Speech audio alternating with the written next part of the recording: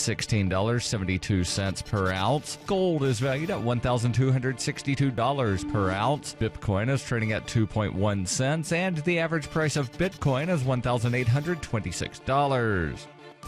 Antiwar.com reports while publicly U.S. strategy in the Afghan war has been based around the conceit that the conflict is in a stalemate despite mounting losses by the Afghan government, advisors have offered a classified assessment on the conflict recently, however conceding that the Ghani government survival is at risk and that the war is being slowly lost. Their solution, as with everything else, is even bigger escalation, with reports from those familiar with the plan saying that the U.S. needs more than 50,000 ground troops in Afghanistan to ensure Ghani's survival, with an eye toward eventually defeating the Taliban. That's a big escalation and a much bigger one than has been suggested in previous reports, which initially presented the proposed escalation as between 3,000 and 5,000, and most recently made it a choice between 3,000 and keeping troop levels flat. The Pentagon is evasive about troop levels in recent months, but around 8,400 troops are believed presently to be in Afghanistan, so 50,000 would be a massive escalation, resembling the one President Obama tried when he took office, and for mostly the same reason, that they think it might conceivably turn a long struggling war around. That it did not lead to victory last time appears to be totally ignored in the latest assessment.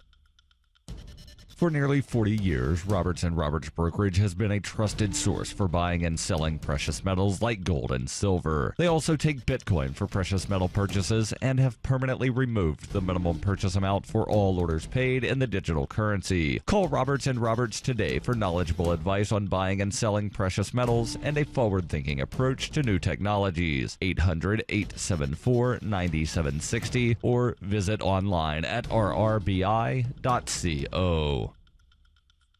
UPI reports former U.S. Senator Joe Lieberman, who endorsed Hillary Clinton in the 2016 presidential campaign, met with President Donald Trump on Wednesday as one of 4 potential candidates to become the next FBI director. According to White House Press Secretary Sean Spicer, Trump also talked to Oklahoma Governor Frank Keating, acting FBI Director Andrew McCabe, and former top FBI official Richard McFeely. The interviews came more than a week after Trump fired FBI Director James Comey. Lieberman, who was Al Gore's running mate in the 2000 presidential election, has no experience as an FBI agent or as a federal judge or prosecutor, unlike past FBI directors. The Democrat turned independent was Connecticut's Attorney General before being elected to the U.S. Senate in 1988. Lieberman told the Hartford Courant he was secretly considered for jobs under former President George W. Bush while he was serving in the Senate. Trump said he would make a fast decision on replacing Comey, possibly before he leaves on Friday for Saudi Arabia, the start of his first overseas trip since taking office on January 20th.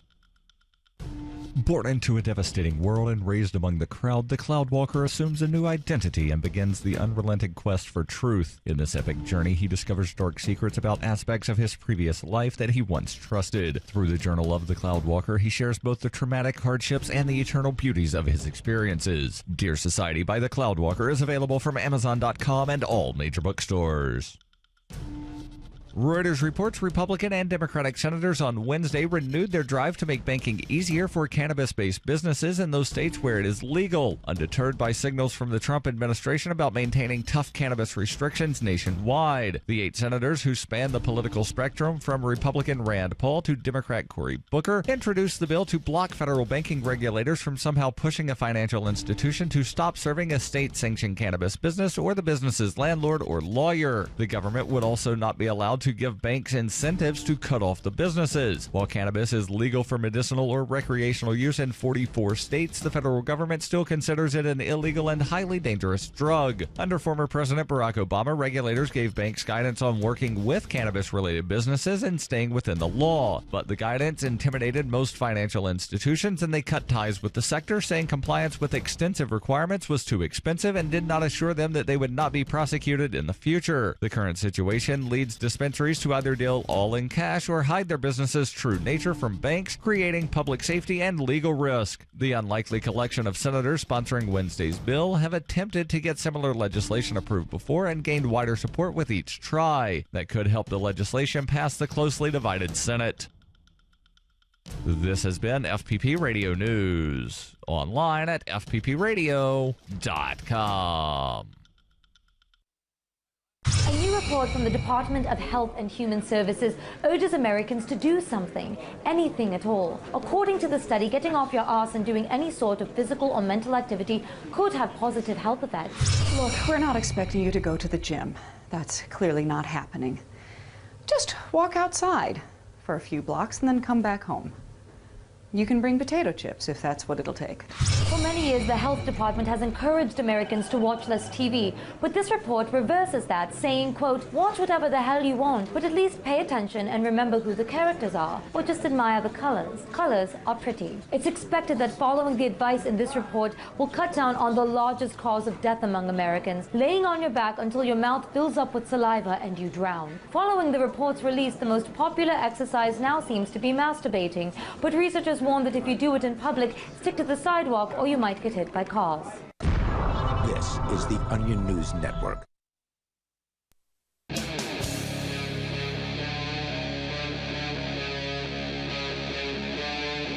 Free Talk Live. This is Free Talk Live. 855-450-FREE. That is the toll-free call-in number where you can join us. The us is me, Daryl. Heather and my dog. And Chris without a dog. And for some reason, Heather is wearing her sunglasses inside. I felt like it, you know. She wears them at night, too. Yeah. So we have some very interesting articles that have been brought in, and we're going to start with one that you brought in, Chris. I did. Where I'm going to change the headline here to say clickbait gets people to read things. See? We'll see if it gets people to listen. Yeah, exactly. We do that all the time. We throw out like a little tease before a story to try to get people interested. But I try to do that using my Instagram. The tease that we throw out beforehand is actually related directly to the article and the content. The headline here is a little deceiving. The headline is deceiving. I think we'll just have to leave that up to our viewers, our listeners, to decide. I will read the headline, and then, Chris, you get into the story, and then I will point out where the headline is wrong. Headline: study says you literally can't even pay people to read opinions they disagree with. No. God. Okay, now I see where you're going with this. Uh-huh. You literally can't pay people to read an opinion they disagree with, is the headline. All right, and this does come to us from Reason.com, and this is an article by Robbie Suave. I normally don't always say the name of the person who wrote it, but that one just sounded so fun. Wait, what is it again? Robbie Suave. I wonder if he's Robbie related Suave. to Rico. I don't even know Rico if that's how you Suave. pronounce it, but it's Soave, and it just... Probably not Suave. But I'm going to call him Robbie Suave. But do you remember Rico Suave? I do. The musician. Heather is way too young to remember Rico Suave. You know what? I know who Exactly. George Washington was. So Well, you skipped a George few years Washington there. Is a number. fails the Washington test. We don't even know if George Washington was real. All right, so let's get into this. This again, as Daryl pointed out and took issue with, the title is Study You Literally Can't Even Pay People to Read Opinions They Disagree With. People are so conditioned to avoid contrary viewpoints that they will actually forego an opportunity to win more money if it requires them to read something which they disagree. So even in the first sentence, the article disagrees with the headline. Yes, I see where you're going. So there, the They were headline giving indicates people pay. an opportunity. You could win X, or you could win something less than look, X. that's kind of funny because a friend of mine actually took part in a debate on a website called Callout, Qallout. Mm-hmm. So right now there's a competition. You can register up until for like a few more days. You can win $1,500 and you take part in an online debate tournament. I've heard something about this. It eliminates the echo chamber, right? So if you have a view or a position, if you're, pro-life, or if you're, anti-government, or whatever the case is, no matter what it is, you can go on this website and debate people and win money. So how do they choose the topics? They're submitted, I assume? I did the first tournament, and I actually won $100 out of it. It was a smaller tournament. The prize is bigger this time. Yeah, I won $100. And nice. You're buying. What? You're buying. Anyway, so change the subject. Go ahead. They have like a list, like a survey. You select a bunch of the topics, and you put what you agree, strongly disagree, like, or whatever. And there's like a whole bunch of these different topics, and then they pair you with people that oppose your topic, and then you have to like. I think in the beginning, I don't know if it's going to be the same this time around, but the first tournament, people would vote. Right, so you'd share with your friends. So in a sense, there is that voting. But the final round, there's judges, and they have to judge you based on your content. You know what I mean? One thing that I really liked when I was in high school, I was on the debate team, and they would just tell you what the resolution statement was, and you had to prepare both pro and con, and you didn't know what side you were arguing until competition day. See, now that's great, and that's things how like you this actually learn debating skills. Exactly. If I can't make, if you and I are debating, if I cannot make your points as well as I can make them for myself, then I've lost already. Right. I should know that. I should be able to anticipate. I'm going to check out that website, and maybe Daryl could put that in the I shared a show link. notes. You could sign up. You could go, and if you have like a little webcam or something, I'm you can sorry. I haven't people. checked every link I've been sent, but I will. Let's get back to the clickbait from Reason. Jeez. About where they're claiming you literally can't pay people to read an opinion they disagree with, and then the first sentence they say people were given an opportunity to win money. Right. You Which literally is not the can't get same people as- to wager, to read, to win more money, to read something they disagree with. Okay. So let's forget all that, and we're just going to talk about the study. How about that? Yeah, let's talk about the study. All right. And we're going to repeat that because it was like 45 minutes ago when we started this story. People are so conditioned to avoid contrary viewpoints that they will actually forego an opportunity to win more money if it requires them to read something with which they disagree. That, according to a fascinating and deeply depressing study in the Journal of Experimental Social Psychology. The study gave participants two options. They could read an article about same-sex marriage that matched their own perspective, or they could read an article about same-sex marriage that contradicted their view on the subject. They were told that if they selected the article with which they disagreed, they would be entered in a drawing to win $10. But if they selected the more comforting, self-affirming article, they would only stand to win $7. So basically what this study did, and I'm going to give my summary here, the study basically said people would rather read something they agree with than read something they disagree with. Confirmation bias is real, is basically what this study is winding up saying. Now, the interesting thing, and I don't know if this article gets into it, but I did pull up the abstract from the Journal of Experimental Social Psychology because I'm not paying $36 to read the entire study, but the abstract has some really interesting information. So let's continue with the Reason article, and then I'll jump into the abstract just a bit. Sure. You'd think everyone would want to win more money, right? Wrote Vox's Brian Resnick. It was only $3. Well, still. In his write-up of the study, Resnick is right. I did think that. As it turns out, a solid majority of participants, a whopping 63%, would rather read the article they already agree with, even if it meant winning less money.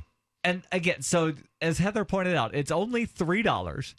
And again, this is a little bit of sort of that instant gratification of you can have one marshmallow now, or if you wait 10 minutes, you can have 2 marshmallows. Well, and there's a large number of people that are like, you know what, just go ahead and give me that one marshmallow now. Right, but assuming that the articles weren't vastly different in length, it would have taken the same time probably. I'm making my own assumptions right, here. But again, approximately the same amount of time to read one or the other. I wonder what the difference would be if instead of a $3 difference, it were a 10 times the money difference of Like $1,000. You could win Right. $10 for reading this article that you agree with, or you could win $100. $3 if you won't even win get you a the gallon of other. milk. Right. But I think what we're looking at, and of course, as the numbers go up, the lure is going to be greater to read something. But really, why? You know what I mean? If I'm reading any subject, I try to read stuff that I disagree with. I know what I feel. I know my arguments. You're not the average person. Well, thanks, Daryl. You are not the average person. I'm not Joe And Plumber. That's what this is. They're talking here about, the average person. Agreed. And we'll delve into this a little bit more.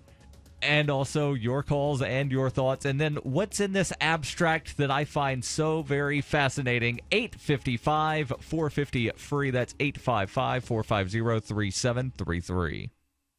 Bitcoin.com is of the opinion that the current Bitcoin core development team is not taking satisfactory steps to ensure the growth and advancement of Bitcoin in accordance with Satoshi's vision. As community efforts to resolve these problems have failed, it is necessary to resolve them with a different approach. By using subreddit r/BTC instead of r/Bitcoin and running Bitcoin Unlimited, you are casting a vote against the current development team. Learn more at Bitcoin.com. That's Bitcoin.com. DVD, books, music, instruments, periodicals, computers, software, electronics, photo, cell phone, office products, home and garden, bed and bath, furniture, kitchen, pet supplies, automotive, hardware, apparel, shoes, jewelry, grocery, healthcare, sports and outdoors, toys, games, used, and more. It's a department store at your fingertips. Shop.freetalklive.com. Get all your shopping done, get a great deal, and a portion of your purchase goes to benefit Free Talk Live when you enter Amazon via shop.freetalklive.com.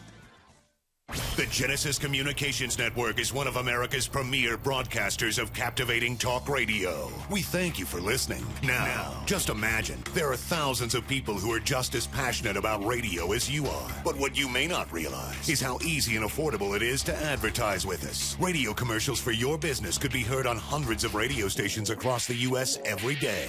We can help you by creating an effective radio advertising campaign for your company. From script writing to producing your commercial, just like the one you're listening to right now. No other network provides the level of customer service we do. When it comes to radio advertising, we are your one-stop shop. And no matter how big or small your business is, we can help.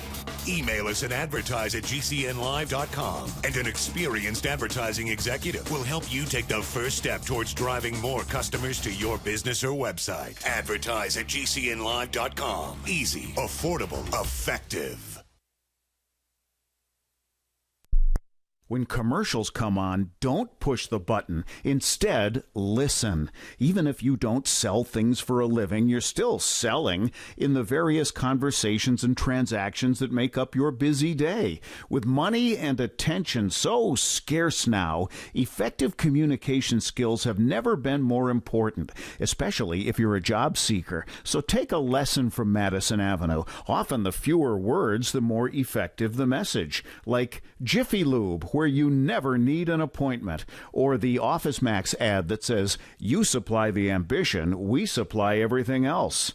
How about online ticket broker StubHub.com, the way in when it's sold out, or CyberCupidMatch.com's seductive, go ahead, it's okay to look. How cleverly and succinctly can you distill your message? For more tips, hit survivalspeech.com. I'm Holland Cook. The three most important things you can do for Free Talk Live are: 1, share one episode a week on Facebook or in some other social networking site. 2, buy the things you buy online through shop.freetalklive.com. 3, give $5 a month to the AMP program. It's my firm belief that Free Talk Live's AMP program is the best use of your charitable dollar among liberty-oriented organizations. Support all the organizations you love, but make sure you give $5 a month to AMP at amp.freetalklive.com. Cell 411 is a free app for Android and iOS that replaces government-controlled 911. Cell 411 allows you to preset a group of friends or private organizations to show up at any emergency. Cell 411 is a nightmare for the state because it proves their so-called services aren't needed. Cell 411 has had thousands of installs, and of course it's covered by the BIPCOT no government license. Cell 411 because your friends won't shoot you when you're in trouble. Without the government, who would build the emergency services? You and Cell 411. Get it today at getcell411.com. You can connect with the Liberty Radio Network via our Facebook page at facebook.lrn.fm. That's facebook.lrn.fm.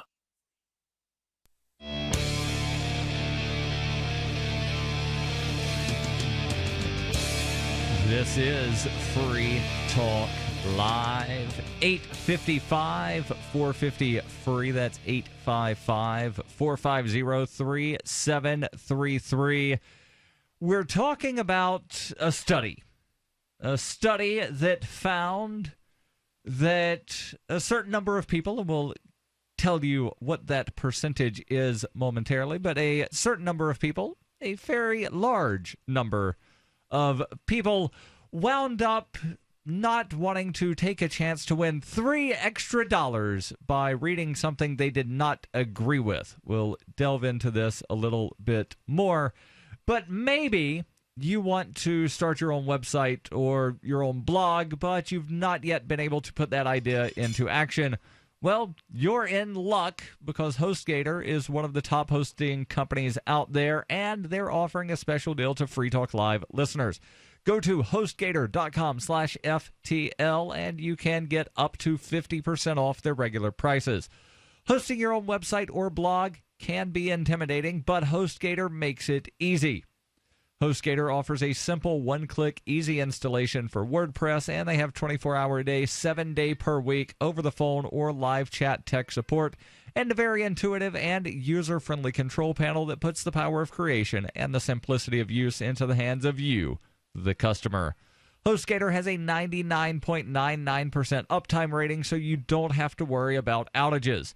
To get that special offer of up to 50% off for Free Talk Live listeners, visit HostGator.com/FTL. So we'll get back into this story, talking about the study that was in the Journal of Experimental Social Psychology. And Daryl's going to pop in here and talk a little bit about the abstract, about what the paper actually says. And where we left off, basically it was this.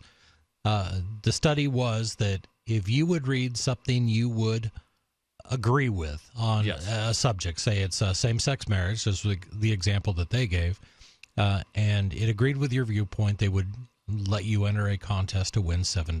$7 whole dollars. $7. You could possibly buy lunch. Exactly. And if you would read a article that was the opposing opinion, something you disagreed with, then you would be entered into a drawing to win $10. You could possibly buy lunch and Biggie size it. Exactly.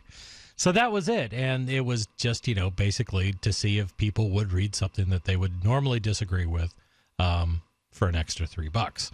One of the study's authors, Matt Motile, described this phenomenon as, quote, motivated ignorance, unquote, in an interview with Vox. Hold on, so what was the percent? You skipped that sentence that gives us the percentage. Well, let's just rewind that a little bit. As it turns out, a solid majority of participants, a whopping 63%, would rather read the article that they already agreed with, even if it meant winning less money. So basically, this just proves that people are willing to read things they agree with, i.e. confirmation bias. Right. More so than they want to read things. I just want to read, sort of like buff up my arguments a little bit more, read things that make me comfortable. Right. So I'm going to watch MSNBC or I'm going to watch Fox News, and that's not going to be it. And I think we see that every day. Participants were misinformed about the other side's arguments and determined to remain that way. The emotional comfort that they would lose by being exposed to contrary information was worth more to them than it says $4, but it's $3.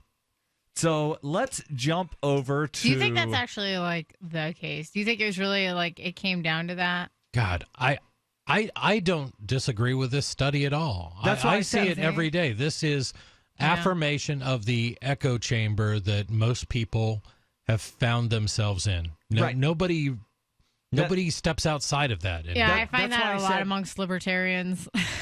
That's why I said earlier it would be interesting to see if the difference was larger than $3. So you could win $100 by reading this thing you disagree with. Would the percentage have been the same? I'm going to assume yes. No. Excuse me. I'm going to assume no. I think you're going to get to a point where you couldn't pay me to read that. Well, yeah, turns out you can pay me to read that garbage. Right. And, yeah, we talked about this a little bit a few weeks ago where there was the study about, certain quote-unquote millennials not wanting to take certain jobs even at $100,000. Right. So the abstract, and this is very interesting. They say, although previous researchers found that political conservatives may be more prone to selective exposure than some liberals, we found similar selective exposure motives on the political left and across the right on a variety of issues. So the study here is saying, it makes no difference if you're conservative or liberal. Right. You want that selective exposure. And that's the term I was looking for, not confirmation bias. Right. Confirmation bias is when you read something that you agree with and you're like, yep, see, I told you because this guy said that thing that time. Selective exposure. Again, 63% of people. And again, they said this was consistent across both the left and the right. Right. And it wasn't just the same-sex marriage. They also had the same offer on elections, marijuana, climate change, guns, and abortion. Right. So across the 6 different issues, which I think are fairly consistently, 63% of people would rather read the thing they agreed with. They agree with, and that's it.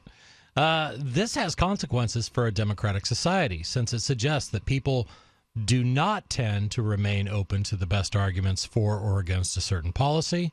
They willfully close their minds because receiving contrary information is psychologically painful. Of course, libertarian thinkers like Brian Kaplan and Ilya Somin have long argued that voters are rationally irrational. They make uninformed political decisions because the cost of becoming educated is too high relative to the ability to produce change. A well-informed voter still only gets one vote. The fact that people are perfectly willing to forego money in order to avoid the mental anguish that comes with processing new information fits well within a framework of rational irrationality.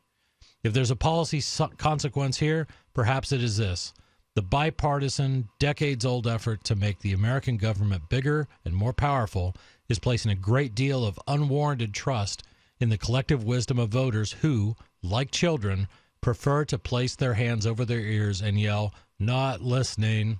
Wait, I got something to say. Please. That kind of reminds me, when you really think about it and how many people go to the polls, I think about this all the time. I remember there was an argument a long, long time ago about, people that aren't working shouldn't have the right to vote. But at the same time, I remember when I was pregnant with my daughter and I wasn't working at the time, that's really when I started digging and learning a lot more about politics because I had all the time in the world on my hands. And then I started thinking, how do people that are working know enough to go out and cast an informed vote? Because if you're working 40 hours a week and you got a family and a wife and a kids and you're doing laundry and you're doing this and you're doing that, how do you possibly have the time to look at all of the candidates and their history and their propositions and research, which idea is better? Or even to understand the issue from both sides. I mean, that's just not it. Or you're expecting people to understand that there the issue at all. Multiple sides to an issue. Most people just think, there's I think the voting Republican is more side. like a social event to half the people that do it. Right. It's like they just want to go for the sticker. 855-450-FREE. That's 855-450-3733. Hunters, anglers, campers, and survivalists. Get back to nature. Expand your horizons with the highest quality, most versatile, unique slingshots and sling bows on the market at slingbow.com. Slingbow products are compact and models start from just $17.98. They're perfect for your bug out bag or storing in your vehicle. Give yourself and your loved ones the excitement and tradition of Slingbow, a new frontier in archery and truly modern twist just on this primitive survival tool. Feel the thrill only at slingbow.com. The answer to being in control of your own healthcare is freedom from insurance. Become part of a group of self-pay patients that come together to share in each other's medical expenses. Individual share amounts begin at $107 a month and $347 for families. Choose from 3 health-sharing programs. Holistic treatments may be eligible for sharing. See guidelines. Discount programs available for dental, vision, and pharmacy. Go to libertyoncall.org. That's libertyoncall.org. Free Talk Live, the show where anyone can call about whatever they want. And we do mean anyone. I done forgot your name, but we had 9/11, right? Uh-huh. Okay, well, if they weren't here, could it have happened? Could what have happened? If who wasn't here? How wasted are you? That's what I want to know. No, sir. No, I'm not wasted. Okay. No, please just listen to me. Okay. If the people weren't here that drove the planes into the Twin Towers, yeah, right? They flew them. They didn't drive them, but okay. No, I'm not saying that. Wait a minute. Wait a minute. Because now you wow. Yeah, I gotta think a minute. That's all right. We got nothing but time. Free Talk Live, 7 nights a week from 7 to 10 Eastern, live on the Liberty Radio Network at LRN.FM. For Bitcoin to be ubiquitous, people need to use it. For people to use it, they must have it. How can we get Bitcoin into more hands? Tipping. What if you could include a bonus Bitcoin tip along with your regular tip to a server? What if that Bitcoin tip returned to you if unclaimed after 30 days? An attractive business card Bitcoin tip that's easily claimed, gives instructions on wallets and spending, and returns to the tipper if unused. Tip.freetalklive.com. Tip.freetalklive.com. Did you know you can watch Free Talk Live during our live show 7 days a week from 7 to 10 p.m. Eastern via our studio cams at cam.freetalklive.com? Plus, you can chat with other listeners while you watch, all totally free. Now that our live video stream is hosted by YouTube, our video archives will be online even faster, so be sure to subscribe to our YouTube channel. Listen, watch, and chat all free at cam.freetalklive.com. That's cam.freetalklive.com. I've been told no in many different ways. I give you an order and you're going to obey it. George, you can go this way. You can do that and you have to leave here. You cannot bring signs into the rally. Walk with me. Well, I'm comfortable here, actually. Whoa. Hey. Who do you think you are? Excuse me. There is no video and audio allowed in this office. No, I have work today. You ain't going to make it. Wait a minute. Whoa. Hey! Oh my God! Unbelievable! Why are you running from me? Because you scared me. What am I being detained for? You're being served. What is this? You're being served. What is this? Bureaucrats have a funny way of telling people no. That's the sound of the men working on the chain. Derek J's Victimless Crime Spree. Watch it for free and order the Director's Cut DVD at victimlesscrimespree.com. While our satellite channel is free to listen to, it's not free for us. You can help us cover our satellite costs with the chip-in on the right side of the page at lrn.fm.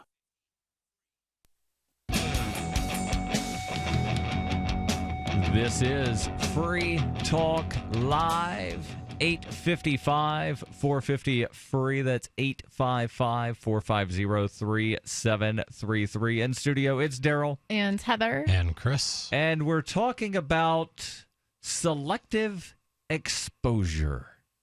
Now, when you say it very slow like that, it sounds something dirty, but no, it's not dirty at all. Selective exposure is when people wind up choosing what they read based on whether or not it is something they will agree with. Yeah, it is being comfortable with ideas that agree with the ideas that you hold, the beliefs that you already hold. And I think it's a dangerous thing. I really think, I mean, God, let me go into an age thing again, but I remember back in the, back in my day, back in the, 60s, 70s, 80s, I know my dad, who was a staunch Republican, voted for an occasional Democrat. And my mom, voted for Barry Goldwater in the day. You know what I mean? People were more willing to consider ideas that didn't just come from their party. And now, I don't know. I got a couple ideas on that. Go ahead. I'm not going to lie. I would scroll past any flat earther articles. Well, there are limits to being open-minded. Like, would you do the $3 and read a flat earther theory article? I've done it for free. I have literally watched hours of documentaries put out by flat earthers. So have I. I hate to admit that I've watched a lot of flat Because you're like, earth that's minutes of my life I'm never getting back. Yeah. But it's like, I've got nothing else to do, and you're scrolling around on YouTube, and it's like, oh, let me watch this 25 billion reasons the earth is actually flat. And then the next thing you know, it's like 4 a.m. and I've never happened to me like that. I can barely take it. It usually takes me a couple sittings to get through any one of them but I find it almost like being an anthropologist. Like I'm studying this unusual old, ancient tribe and their beliefs. That's how I feel. That's how I feel. Well, that's how I feel about Speaking anything. Anthropologist, we've got a story not about necessarily an anthropologist, but a geologist, scientist guy. Chris, you've got that, and there's actually going to probably tonight be a segment, possibly 2 segments on very strange lawsuits. One of them involving a guy that wants to chip away at some rocks. We'll tell you about that, but let's first go to the Skype. We've got Liberty Lobster calling in, I believe, from Ohio, which is a long way away from the ocean. So I'm not sure how lobsters survive in Ohio, but Liberty Lobster, you're on Free Talk Live. Go ahead with your thoughts. Don't you guys know the Earth is a pyramid? Works for me. That's a I'm new good one. with that one. That's a new one. So is it a 3-sided pyramid or a 4-sided pyramid? Oh, it's 3-sided. You ever walk in a straight line and wonder why you get tired? You're actually climbing the pyramid. I wonder, is it really 5-sided then because you got the bottom 2, or does that count? Right. Yeah, mind blown, man. That's an extra side.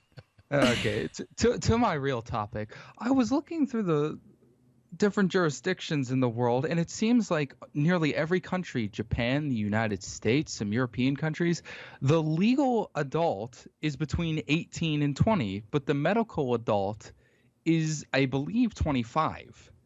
How do these people come up with the number 18 or 20 when apparently you have to be 25 to be fully developed? Well, there are arbitrarily. there are certain things at which, adulthood starts somewhere between 12 to 16. Like, what are you referring to? That's the whole thing. So there's some states where you can get married without parental consent as young as 12 years old, which means you can enter into a contract, which means that for certain purposes, you are considered a legal adult. I get it, but I think Liberty Lobster is taking a different tact and actually saying what is a honest, true definition of adulthood when it seems to me like, okay, puberty's behind us. Like, there's no more of that going on. Adulthood isn't so much a number as it is like a mental capacity. Like, I agree that the mental part of that is there, but I think there's probably a more accurate number that you could try to discern on average. I know people that are 50 years old that aren't mature at all. I get it. Does that mean they're not adults? But at what point? Yeah. What point has your body ceased growing? What point has in most people death. Your body ceases to grow it because your cells regenerate on average every 7 years. I get that which part. means that your body is technically, quote unquote, growing because you are growing new cells. I would say an adult is someone that demonstrates a certain level of cognitive complexity, and there's a certain, So how do you define that? Exactly. Adolescents have a certain, naive way of thinking about things because they haven't yet had, all of the life experiences, I guess. Neither have I. I know people what I mean? that are 70 that are kind of naive. That doesn't mean that they're still a child. Liberty Lobster, your thoughts? My thoughts on the whole issue. It's kind of fun listening to you guys go back and forth. I started thinking about this today because somebody had told me, we were talking about the age of consent, for example, for like sex or relationships.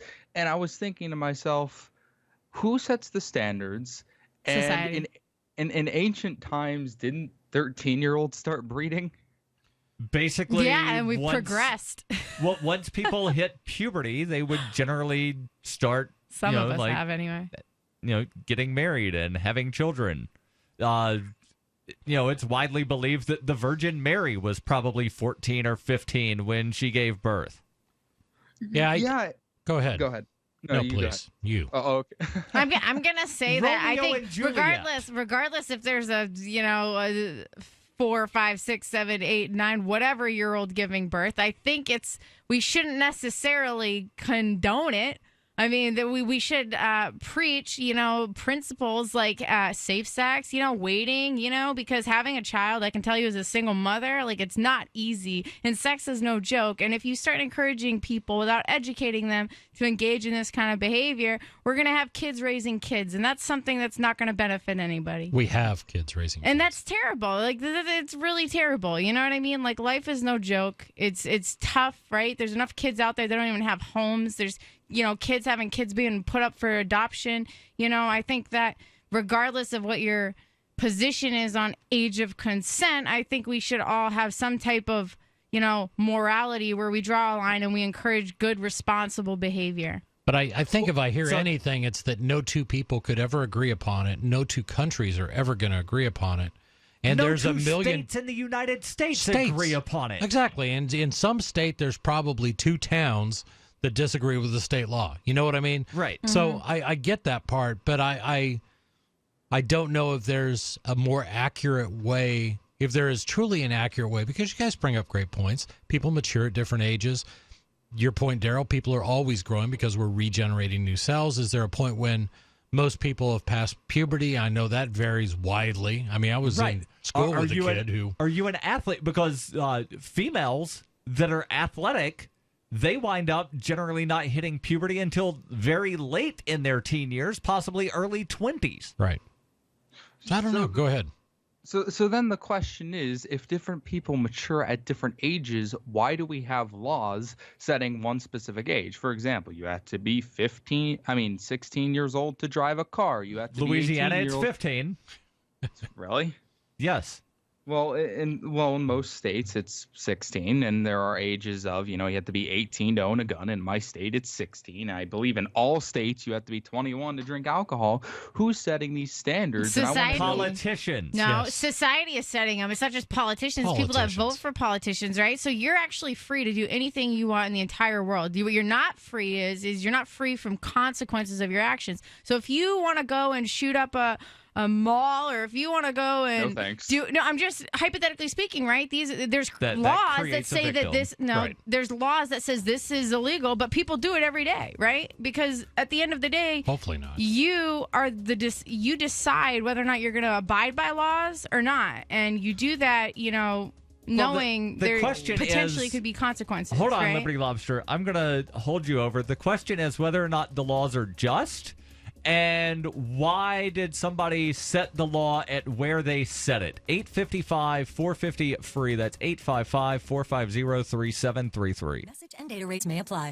When did American men get so soft? Today's average red-blooded American man has less testosterone than his father, and his father has less testosterone than his father. Before we turn into a country of powder puffs, Force Factor is launching the Man Up America event. We want to send every man in America a complimentary bottle of the breakout supplement taking GNC by storm. Test X180 Ignite, loaded with free testosterone-boosting manliness. Get your complimentary bottle by texting SHAPE44 to 369369. During workouts, Test X180 Ignite raises levels of free testosterone in your body to help build lean muscle. Plus, it helps burn fat, fuel sexual desire, and improve performance. Now you can continue to feel like the real men that made this country great. Do yourself a favor. Do America a favor. Text SHAPE44 to 369369 for your complimentary bottle. That's a complimentary bottle by texting SHAPE44 to 369369. Hey, diabetics. Yeah, you. Got a spare hour to waste going to the pharmacy to get your insulin or other meds and supplies every month? I didn't think so. Me either. I've got life going on, which is why I use PillPack. PillPack is an amazing online pharmacy. They package up all my diabetic meds and testing supplies into daily doses and send it to me every month, automatically. All I do is pay my normal copay. PillPack does the rest. I'm serious. This is a free service. They don't even charge for shipping. PillPack handles all the medical insurance stuff and even get with my doctors for my other prescriptions so I don't have to, which is good because that's the stuff I forget. But PillPack remembers everything. They even package up my daily vitamins so I remember to take them too. If you're diabetic, your meds and supplies are life and death, which means you need PillPack. Call right now for this free service. You may even qualify for $25 in free vitamins. 800-560-7310. That's 800-560-7310. Again, 800-560-7310.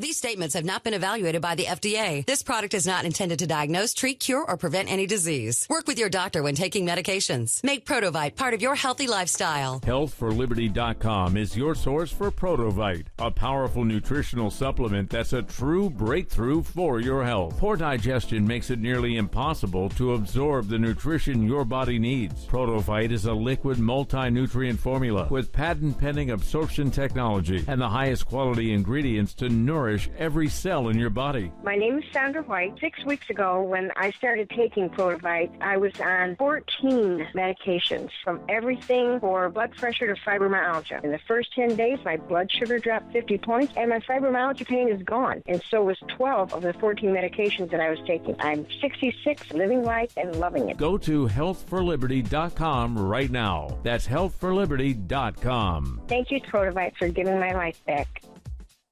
For years, LRN.FM has had a listen line that you can call and listen to LRN.FM anytime. Now we're taking the idea to a new level with the LRN.FM audio on demand line. You can call 641-793-9660 anytime and listen to LRN.FM's live feed, and you can listen to a bunch of our original shows on demand. Long distance fees may apply. Just dial 641-793-9660 and choose from the menu 641-793-9660. We've all heard about blockchain assets like Dogecoin, Ether, and Ripple. Bitcoin isn't the only player in the blockchain game any longer. And for those of us wondering how to get our hands on these digital assets, finally, there's a solution. Shapeshift.io allows you to buy and sell between your digital assets and Bitcoin instantly between your own digital wallets. I've used it with ease. Shapeshift.io. There's no account or email address needed. You send them the crypto you want to sell. They send back the crypto you want to buy. It's that easy. Shapeshift.io.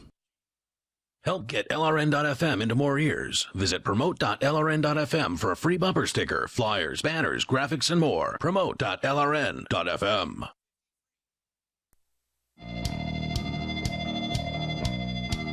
This is Free Talk Live, 855-450-FREE. That's 855-450-3733. We'll get back to Liberty Lobster in just a second. But first, I want to make sure that I tell you about a way that you can save big time on things you were going to buy anyway from Amazon. Just go to saveatpurse.com.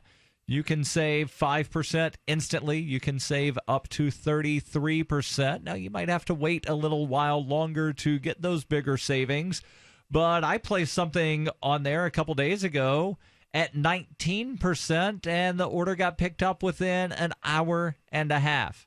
That's right. What I did, put things in my Amazon wish list, imported that wish list into saveatpurse.com, selected that I wanted to save 19%. I funded the account with Bitcoin, and then 90 minutes later, I get an email that says someone has wound up picking up your order, and the order is on its way to you. So I'm getting some health food products, and I'm saving nearly 20% because I went to saveatpurse.com.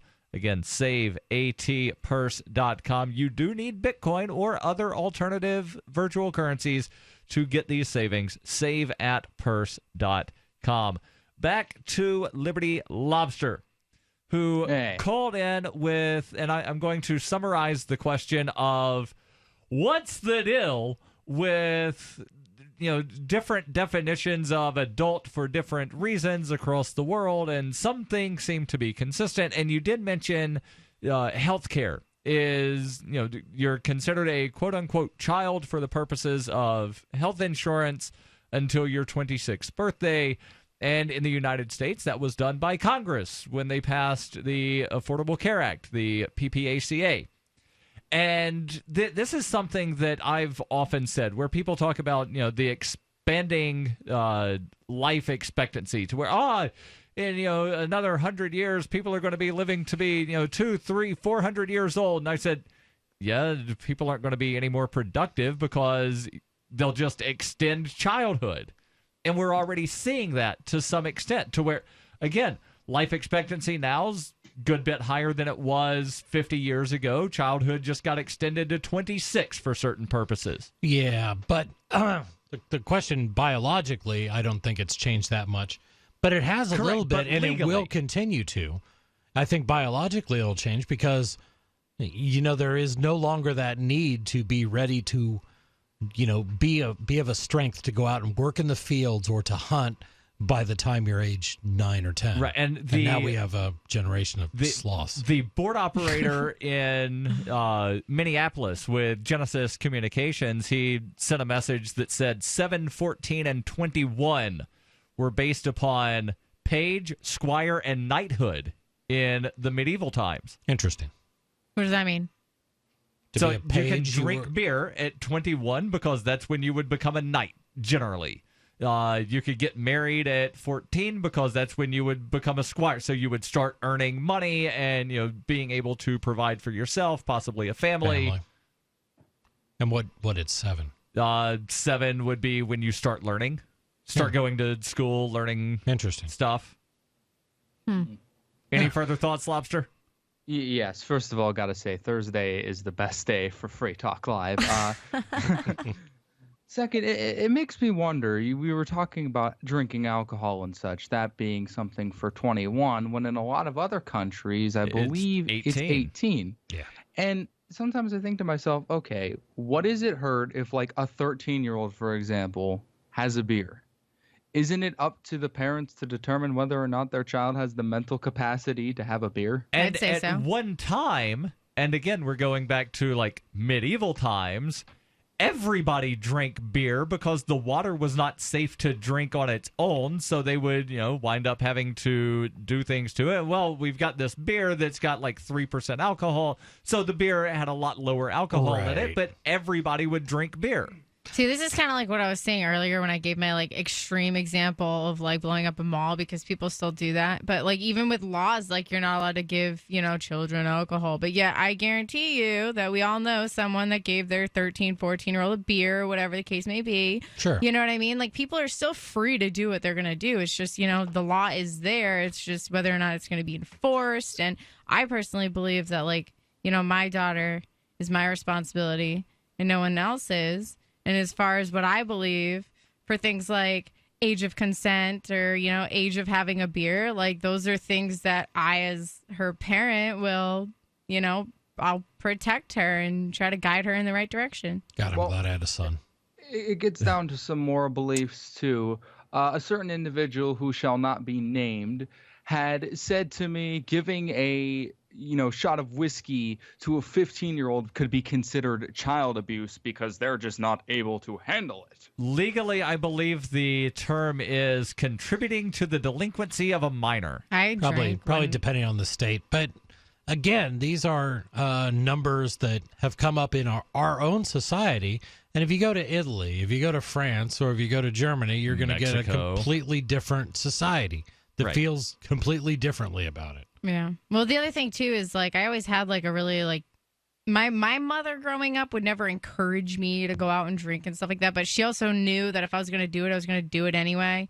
And to always kind of have that open relationship where I could call her if I needed to. And I think I would encourage parents, even if you don't think you're, 14, 15-year-olds old enough to have alcohol, but you're not there to supervise them all the time, know that there's a good chance they could end up, engaging in that kind of behavior, and to make sure that you have good communication with your children. My dad always said, if you want to drink alcohol or do drugs, let me know. I'll buy it for you, and I'll supervise to make sure that nothing goes wrong. And I was like, well, where's the fun in that? Exactly. No, my mom was a goodie, too. She's like, gotta follow the law, but if you do decide to drink, Heather, call me. Don't drive drunk. Liberty Lobster, thank you for the call. Let's go go to Spence calling in from California. Spence, you're on Free Talk Live. Go ahead with your thoughts. Oh, good afternoon, everyone. Good afternoon, adults, because that's what we are right now. We're all what? Adults? Apparently, if we can have a cognitive conversation, maybe that implies some adultery. There we go. Yeah, go ahead. You're on the air. Well, what I'm wondering is I was just talking to someone recently about a light bulb, and this light bulb has been burning in Pennsylvania since the 1900s. And I'm wondering, why do they make planned obsolescence with these energies? Well, part of that, and there are a couple of light bulbs, and I think the one in California that was invented by Thomas Edison recently burnt out, and the older light bulbs would wind up, they last a lot longer if you never turn them off. So that's the thing that you have to sort of look at. Sort of stressing. I'm so confused. Do you want to wind up using more electricity to make the light bulb last longer, or would you rather be able to walk into the store, plop down $2, buy a light bulb, and then save money on your light bill? That's very true, but are you a more pro-Edison fan or the Tesla version? Have you heard of his supply of energy? I didn't know that Tesla ever did anything with light bulbs. Well, he's talking about energy in general. I'm no expert. I find the Tesla story, what I know of it, pretty fascinating. But if you want to share something, go ahead. I'm definitely more a fan of Tesla than I was of Edison, but you asked about light bulbs, so I gave you my answer about light bulbs. Did Tesla make light bulbs? I don't actually think Edison was the sole creator of the bulb. I think there was correct. He wasn't. He just gets a lot of credit. Right. He wound up making an incandescent light bulb that could be basically commercially successful. Correct. And he went to the patent office with the patent application before other people went to the patent office with an application. So that's why he gets the credit. Which is a very interesting world to live in. Yeah. Right. So that's why there's the joke of if your Tesla winds up getting stolen, does it then become an Edison? Because, Edison is known for having taken other people's stuff and then taking credit for it. Well, let's start talking about Tesla more than Edison. Okay. Go ahead. Start talking about Tesla more than Edison. You're the caller here. Yeah, I was just saying a collective. I'm wondering if you're saying, I'm really sensing it, a future of more supply of energy. We've got an abundance of it, and we're going to be able to distribute it evenly. How do you think that's going to happen? Oh, within our lifetime. No, how do you think that's going to happen? You said distribute energy evenly. Well, I think it's already there.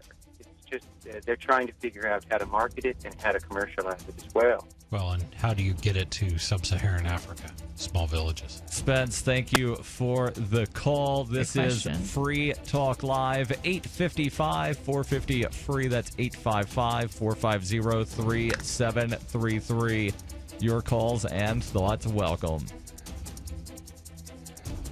You've said it yourself. We need a healthcare system that focuses on health, not sickness. Health insurance pays for treating sickness but gives you nothing for being healthy. There's a free market healthcare company that gives you freedom from health insurance. They give you a proactive health assessment daily, no charge 24-hour access to doctors. Check them out right now at healthexcellenceselect.com. Any kind of doctor, traditional, integrative, chiropractic, acupuncture, and massage. You'll love the service and price. healthexcellenceselect.com. healthexcellenceselect.com. Everyone has something in their lives or just about themselves that they want to change, from trying to lose weight to becoming more motivated at work. Change is difficult, but the good news is no matter what, you don't have to go through it alone. Hypnotherapy can help you remove negative subconscious thoughts that keep you from achieving your goals. Never rely on just willpower again. Contact us at afterhourshypnotherapy.com today for your free consultation, or contact Melvin Marsh at 678-658-8483. There's no better app for tracking the value of cryptocurrencies than CoinCap. I've had a lot of apps for tracking Bitcoin, but none that's ever been able to track 500 digital assets at once. Their best feature is the Altfolio. I love this thing. You enter how many Bitcoins, Ether, Dash, Doge, or whatever else you have, and it tells you how much your crypto is worth. You can watch yourself get rich. If you have crypto, go right now to coincap.io, or you can use the Apple Store or Google Play to get the app. I love CoinCap. coincap.io. The three most important things you can do for Free Talk Live are: 1. Share one episode a week on Facebook or in some other social networking site. 2. Buy the things you buy online through shop.freetalklive.com. 3. Give $5 a month to the AMP program. You likely buy all kinds of things online. Amazon is the largest online retailer. You can get what you need at the same prices with free Super Saver shipping by going to shop.freetalklive.com. Please do your online shopping at shop.freetalklive.com. You're listening to the live edition of Free Talk Live. Hour number 2 is next after the news here on the Liberty Radio Network at LRN.FM. From Keene in the Shire, the Liberty Media capital of the world, this is Daryl W. Perry, host of FPP Radio News for Thursday, May 18th, 2017. Silver is trading at $16.72 per ounce. Gold is valued at $1,262 per ounce. Bitcoin is trading at 2.1 cents, and the average price of Bitcoin is $1,826.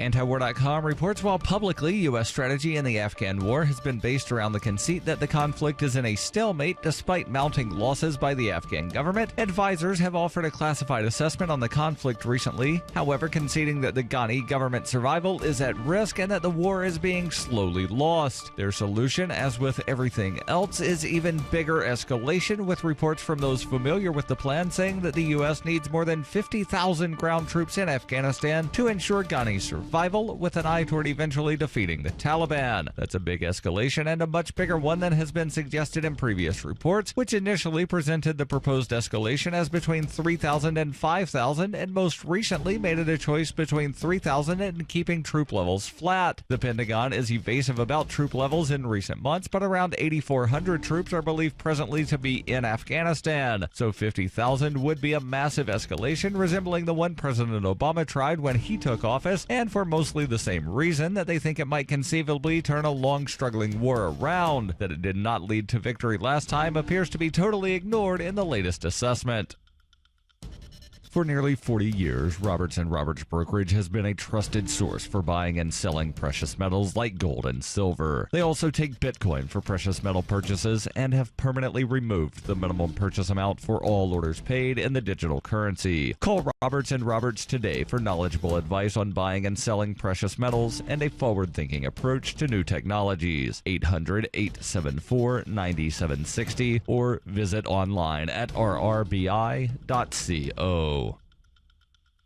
UPI reports former U.S. Senator Joe Lieberman, who endorsed Hillary Clinton in the 2016 presidential campaign, met with President Donald Trump on Wednesday as one of 4 potential candidates to become the next FBI director. According to White House Press Secretary Sean Spicer, Trump also talked to Oklahoma Governor Frank Keating, acting FBI Director Andrew McCabe, and former top FBI official Richard McFeely. The interviews came more than a week after Trump fired FBI Director James Comey. Lieberman, who was Al Gore's running mate in the 2000 presidential election, has no experience as an FBI agent or as a federal judge or prosecutor, unlike past FBI directors. The Democrat turned independent was Connecticut's Attorney General before being elected to the U.S. Senate in 1988. Lieberman told the Hartford Courant he was secretly considered for jobs under former President George W. Bush while he was serving in the Senate. Trump said he would make a fast decision on replacing Comey, possibly before he leaves on Friday for Saudi Arabia, the start of his first overseas trip since taking office on January 20th. Born into a devastating world and raised among the crowd, the Cloudwalker assumes a new identity and begins the unrelenting quest for truth. In this epic journey, he discovers dark secrets about aspects of his previous life that he once trusted. Through the Journal of the Cloudwalker, he shares both the traumatic hardships and the eternal beauties of his experiences. Dear Society by the Cloudwalker is available from Amazon.com and all major bookstores. Reuters reports Republican and Democratic senators on Wednesday renewed their drive to make banking easier for cannabis-based businesses in those states where it is legal, undeterred by signals from the Trump administration about maintaining tough cannabis restrictions nationwide. The 8 senators, who span the political spectrum from Republican Rand Paul to Democrat Cory Booker, introduced the bill to block federal banking regulators from somehow pushing a financial institution to stop serving a state-sanctioned cannabis business or the business's landlord or lawyer. The government would also not be allowed to give banks incentives to cut off the businesses. While cannabis is legal for medicinal or recreational use in 44 states, the federal government still considers it an illegal and highly dangerous drug. Under former President Barack Obama, regulators gave banks guidance on working with cannabis-related businesses and staying within the law. But the guidance intimidated most financial institutions, and they cut ties with the sector, saying compliance with extensive requirements was too expensive and did not assure them that they would not be prosecuted in the future. The current situation leads dispensaries to either deal all in cash or hide their business's true nature from banks, creating public safety and legal risk. The unlikely collection of senators sponsoring Wednesday's bill have attempted to get similar legislation approved before and gained wider support with each try. That could help the legislation pass the closely divided Senate. This has been FPP Radio News, online at fppradio.com. A reclusive deity hasn't written a new book in 2,000 years, and a local rescue dog is adopted for a couple weeks. This is the Onion Week in Review. This week, in a devastating blow to the nation's laundry, 16,000 Americans were reportedly stained during the messiest day in U.S. history. Reports confirm that nearly 3,000 citizens received permanent stains on their good shirt from mustard splatter off a dropped hot dog, along with 12,000 cases of spilled coffee and other dark beverages, ruining Americans' pair of hand-wash-only pants. Government officials further indicated that federal assistance for the nation's overwhelmed dry cleaners would be necessary. And in this week's local news, an elderly Rite Aid patron stretches out a conversation about toothpaste to prolong human contact. In other news, artifacts discovered buried in Washington, D.C. suggest humans once passed laws there. A self-centered child blames his parents' divorce entirely on himself. And a night of uninterrupted sleep really throws off a man's entire day. This is the Onion News Network.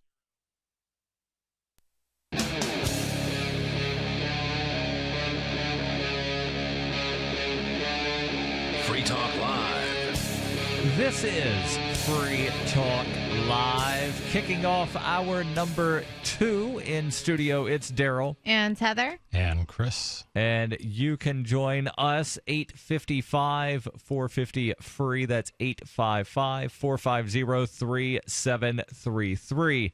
We began the show talking about what is called selective exposure, where there was a study that was done that found that a solid 63% of people, both liberals and conservatives, decided that they would wind up reading a story that they agreed with for a chance to win less money than if they read a story they disagreed with. Correct. And, you know, I made a joke about the headline of the article, but this sort of ties in and reminded me of something that I read last summer. Headline from the Washington Post. 6 in 10 of you will share this link without actually reading it, according to a new depressing study. On June 4th of last year, the satirical news site The Science Post published a block of that lorem ipsum text on WordPress. You know the stuff I'm talking about, where it's just, you know, a bunch of Latin-looking words. It's not actually Latin. But, you know, there's just, you know, this Latin-looking text. So they shared a block of that with the headline, study 70% of Facebook users usually read the headline of science stories before commenting. Shockingly, or maybe not, 46,000 people shared that post, some of them quite earnestly, an inadvertent example, perhaps, of life imitating comedy. Now, as if it needs further proof, the satirical headline has been validated by a study done by computer scientists at Columbia University and the French National Institute that found that 59% of links shared on social media have never actually been clicked on. So there's definitely more to this. I just wanted to share that because, again, it does sort of confirm that selective exposure. Sure. And it also shows that clickbait winds up working. Yeah. And you could say clickbait politicians work. You know what I mean? The ones that go on there and they just give like these little things like Donald Trump, like little slogans. The sound bites. Well, the sound bite has been around for decades. You don't even have to propose any idea whatsoever. You can just do like little clickbait slogans and run a campaign and win. Right, but that's been going on for hundreds of years. That's been going around longer than there's been radio and television. Oh, yeah. Yeah. Even pre-media. Pre-modern media. See, that's why I think libertarians do it wrong. Like, we're so, like, convinced that we're going to go and give all this logic and everyone's going to vote for us because it makes the most sense. But we really, like, we should just get up there and, you know, smile and wave. You can't turn that into you can't turn a philosophical discussion into a soundbite. That's why I've said Twitter is absolutely horrible because you cannot have an intelligent conversation in 140 characters. Right. And I think Donald Trump has 2000. proved that. Right. So we'll get into, Chris, you've got an actual clickbait article that we will get into. It's Clickbait Thursdays. But let's go first to Dave calling in from Hungary. Dave, you're on Free Talk Live. Go ahead with your thoughts. Yes, hello. Is this Mike Rivero? No, this is Free Talk Live. Oh, good God. I thought I was on... What really happened? Oh, okay. I'll be on Free Talk Live. Nice. So you're calling from Hungary? Yes. I'm a molecular biologist at the University of Debrecen. I do cancer and cardiovascular research. Oh, wow. But it's fun. We're kind of limited here compared to major U.S. universities, but the research environment is very dynamic. And my students are great. But I'm actually calling to try and stimulate some discussion on choice for a replacement of Sean Spicer, the press secretary. I'd just like to see what kind of reactions people come out with. Some people have kind of flippantly suggested that Alex Jones might be a good fill-in. I'd love to see that, but I don't think it'd work out for Trump, and I'm completely on board for president. I'm 100% in favor of him, and he really of Alex Jones or of Trump. Both, but they need to be kept apart. Jones is exactly where he needs to be for preservation of the republic, and so is our president. I don't think Jones would work out as press secretary, but he's got a right-hand man, a guy named David Knight, who would be absolutely ideal as press secretary. The guy is a superlative newscaster, and he has a singular talent, that is David Knight, for giving a clear picture of how society is sliding into technocratic tyranny. In fact, I think Knight was an engineer before he signed on with InfoWars. Gotcha. But this guy is an absolutely fantastic newscaster. Can I hop in here for? Go ahead. Jump in, Chris. Yeah, I'm going to jump in here for a little bit, and I don't know if you've realized it, but you reached a pretty libertarian, nationally syndicated radio show. But I'm just curious because I got a lot of friends that are Trump supporters too. Was there one major? I got so many questions. Was it? Did it start out for you being an anybody but Hillary, or what were you like on the Trump bandwagon from like his first announcement? In other words, did you move around the Republican Party and then settle on Trump, or you liked him from the beginning? No. Trump scares the daylights out of me for most of the same reasons I voted for him, with a great deal of passion and enthusiasm. Mm-hmm. I'm also very much a never Hillary. I mean, my God, I would have thought she would have spread her great leathery wings and flapped away back into the abyss from which she emerged a long time ago. Yeah. Followed by that incubus of a husband and shadowed faithfully by Gollum in his papal robes. But no, she's still flapping about, drinking the blood of the living. So, yeah, I was kind of anybody but Hillary. Right. Interesting. So you mentioned David Knight, and there's actually a story where David Knight is in the news. David Knight, of course, as you mentioned, a reporter for Infowars.com. Yep.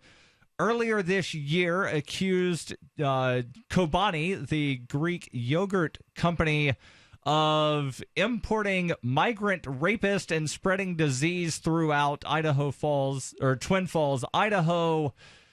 Alex Jones was sued by the yogurt company, and Jones wound up issuing an apology and saying that he spread information that he understands to be wrong.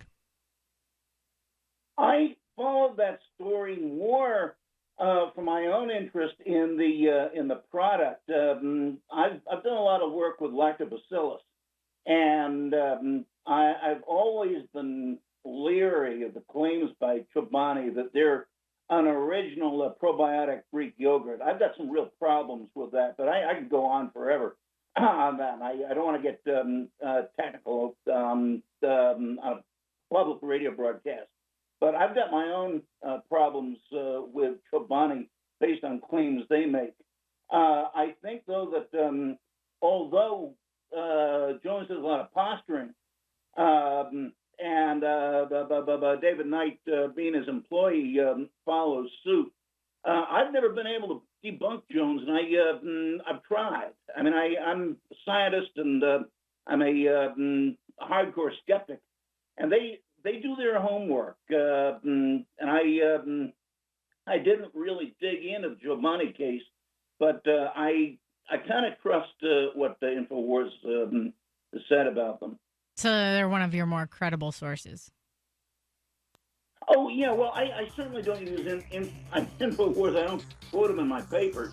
But they provide an excellent overview of what's out there and what's probably a lie. Dave, thank you for the call. Your calls and thoughts welcome. 855-450-FREE. That's 855-450-3733. This is Free Talk Live. Bitcoin.com recently reported Bitcoin transaction fees have increased by more than 1,200% since 2015. To many Bitcoin proponents, the current fee market is moving way too fast, making Bitcoin unusable for certain transactions. The fee market and slow confirmation times have also increased the tension concerning the block size debate. However, if there are wallets with low amounts of Bitcoin that can't cover the fees, they become virtually unspendable. Learn more at news.bitcoin.com. That's news.bitcoin.com. Do you need a website for your blog or new business? It can be pretty intimidating on your own, and that's why Free Talk Live has partnered with HostGator, one of the top hosting companies. HostGator offers a simple one-click, easy installation for WordPress, 24/7 over-the-phone or live chat tech support, and a very intuitive, user-friendly control panel that puts the power of creation back into your hands. Go to HostGator.com/FTL and you'll get 50% off of their regular hosting prices. 50% off. HostGator.com/FTL. Hi there, I'm Bob Eubanks. You know, as part of Hollywood for a long time, I've seen my fair share of celebrities get in trouble with the IRS. Well, there's one name I trust, the Tax Defense Group. They're the most trusted name in tax. So if you owe more than $10,000 to the IRS, you really need to call my friends at the Tax Defense Group. Ignoring the IRS is not the solution. They can garnish your paycheck, levy your bank accounts, seize your home or business. But the Tax Defense Group could put a stop to all of that and tailor a program that would reduce your tax debt to pennies on the dollar. You gotta love that. So don't just take my word for it. Call them. Find out for yourself. They offer a 100% satisfaction guarantee. And they're open 24 hours a day because they know that tax debt doesn't sleep either. Call now for your free and confidential tax analysis from the most trusted name in tax. Call 800-361-6907. 800-361-6907.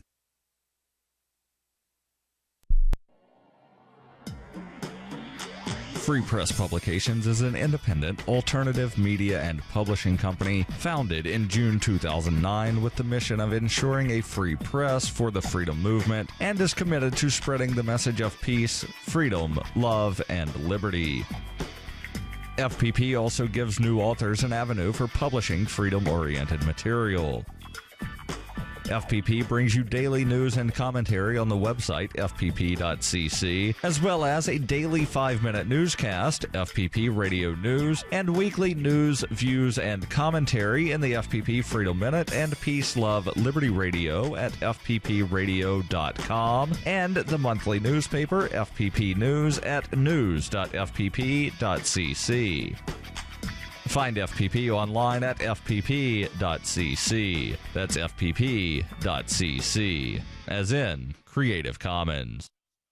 If you want to know the latest about Free Talk Live before we go on the air, all you need to decide is how you want it delivered. It's your choice. Visit news.freetalklive.com. You can get emailed announcements and participate in contests via our email updates list. Plus, we have a Twitter account that you can follow and a Facebook page where you can become a fan. So visit news.freetalklive.com to get news about Free Talk Live as soon as it's announced and the way you want it delivered at news.freetalklive.com. That's news.freetalklive.com. When you hear the word lobbyist, you probably think about greedy corporations, but not all lobbyists are the same. Some are fighting for the freedoms you hold dear. Liberty Lobby LLC is doing just that in New Hampshire, working hard to represent you, not some special interest group. You can help by going to libertylobby.info, where your contribution will give us the tools we need to ensure that your voice is heard. Visit libertylobby.info today to find out more. This is the Liberty Radio Network, broadcasting the latest liberty-oriented audio content 24 hours a day at LRN.FM.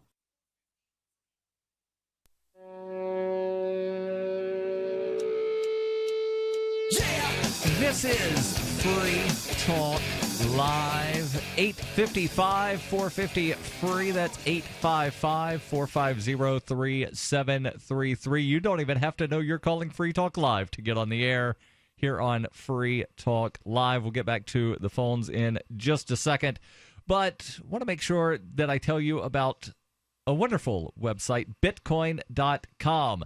The people over there are of the opinion that the current Bitcoin core development team is not taking satisfactory steps to ensure the growth and advancement of Bitcoin in accordance with Satoshi's vision.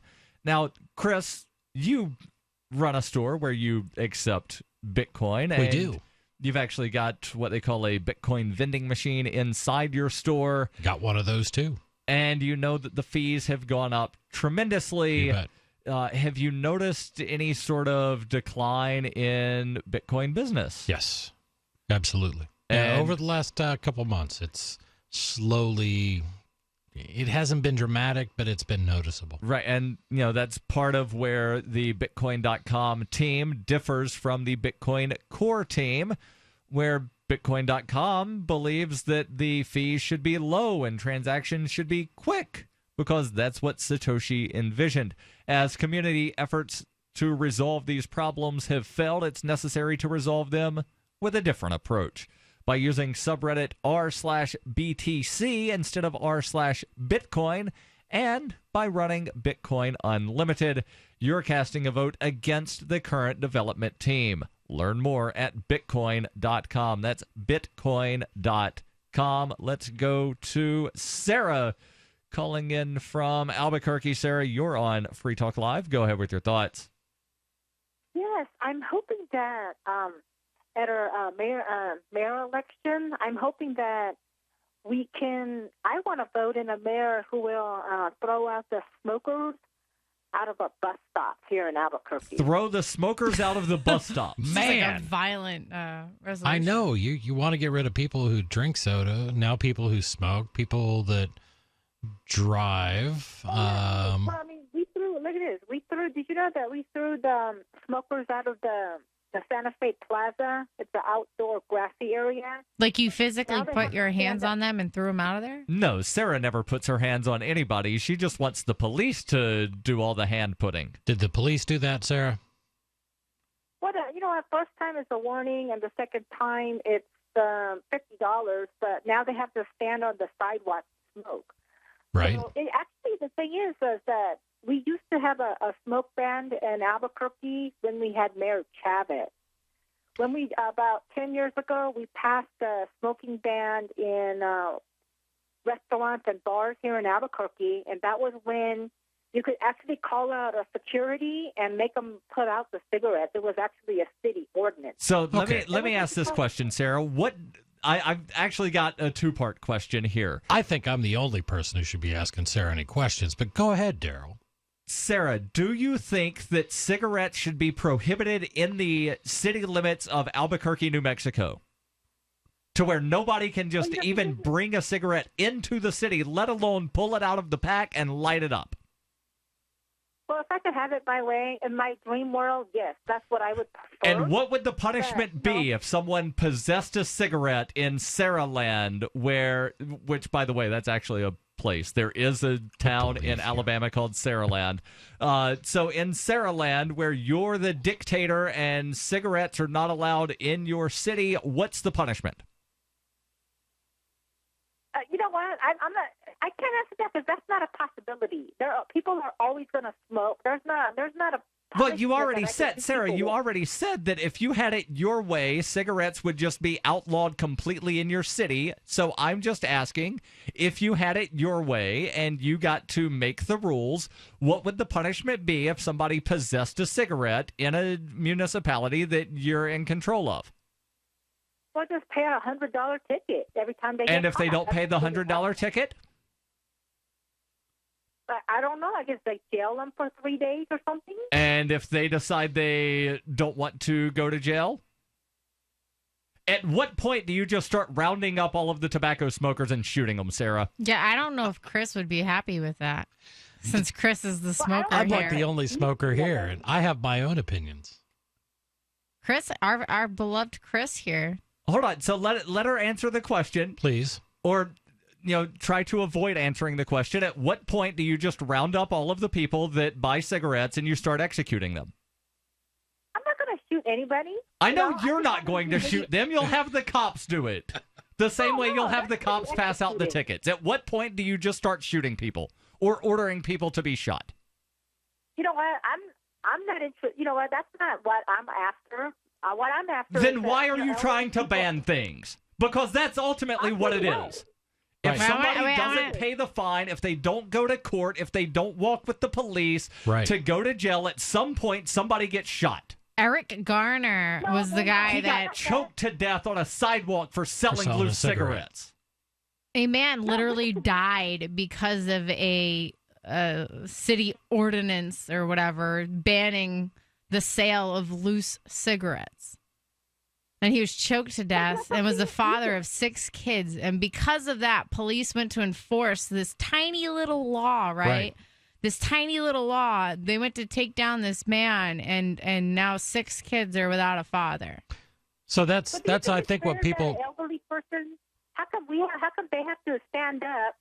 And they're 60 years old on oxygen, and the smoker sits right at the bus stop. Well, see, hold on. That's where you, Sarah, should walk up to that smoker and be like, look, you should be a decent human being and take your cigarette away from this person sitting on oxygen and enforce your morality and your will yourself, not make laws dictating other people. Well, technically, if they're smoking right next to a live oxygen tank, the problem will solve itself kind of for everybody at some point. Yes. But Sarah, do you not believe that people have a choice in anything they do? Does there have to be a law that regulates behavior? Because I'm a smoker, that's of the 3 people sitting here and with you on the phone amongst the 4 of us, I'm the only one who at the top of the hour is going to go outside and smoke a cigarette. I quit smoking 2 years ago. Hold on. If I went, you were sitting at the bus stop. If I approached you, would you stand up and let the man, 60-year-old man with oxygen, sit at the bus stop? Would you stand 20 feet away? Well, number one, yes, I'm a very conscientious person because I know most people don't like the smell of cigarette smoke. Yeah, I was. So I do go away. You will do it, but the 2 people, if I was to ask them, they would check me. Right. Or they would tell me to go to the next stop. They'll tell me to mind your own business. He needs to come and ask us, and I'll tell him to go beat it. Tell him to tell him off and tell me off, and I'll get punched in the process out here. But your law will then snowball. It will increase because it'll start off being you have to be 20 feet away from a bus stop. And then somebody's going to complain and say, you know what, I could still smell that smoke. You've got to be 20 feet away from any living thing. Right. Not just another person, a living thing. Oh, there's an ant that's 19 feet away from you. Sadly, Sarah, that's how ridiculous these laws become. And I'm not making this stuff up. It just evolves until you get to the point where the threat of someone selling a loose cigarette is a legal excuse for police to kill a man. Yeah. And the other thing, too, is that these people that would tell you to mind your business and smoke next to old people, they're not going to listen to these laws that you pass anyway. Exactly. Sarah, thank you for the call. Your calls and thoughts welcome. 855-450-FREE. That's 855-450-3733. Do you know what's lurking in your water? More than 200 contaminants could be sitting there, just waiting for your glass. With a ProPure water filter, start enjoying clean and great-tasting water today. ProPure filters, independently tested, latest water filter technology. ProPure systems do not require electricity and are easy to set up and easy to use. To find out more, visit your authorized ProPure dealer or ProPureUSA.com. That's ProPureUSA.com. Hunters, anglers, campers, and survivalists, get back to nature. Expand your horizons with the highest quality, most versatile, unique slingshots and sling bows on the market at slingbow.com. Slingbow products are compact and models start from just $17.98. They're perfect for your bug out bag or storing in your vehicle. Give yourself and your loved ones the excitement and tradition of Slingbow, a new frontier in archery and truly modern twist on this primitive survival tool. Feel the thrill only at slingbow.com. On Free Talk Live, we're bringing people to the ideas of liberty every day. From wrestling superstars like Glenn Jacobs. You guys really are having an impact, I believe. Like I said, a lot of where I am now is due to listening to Free Talk Live. You changed my mind on some very important issues years ago. To random people tuning in on the radio. I was kind of stuck in the left-right paradigm. I heard your show by chance on a Saturday night. From there, I went on, joined the Free State Project, and become an amplifier. So, I mean, that's really the reason why I amp is because I know that if it wasn't for you guys being on as many stations as you are, I never would have found the ideas of liberty. Your amp will directly change more lives by getting Free Talk Live in front of people looking for talk radio online and on the air. When you amp Free Talk Live, you get perks like access to the AMP-only Facebook group and AMP podcast. Visit amp.freetalklive.com.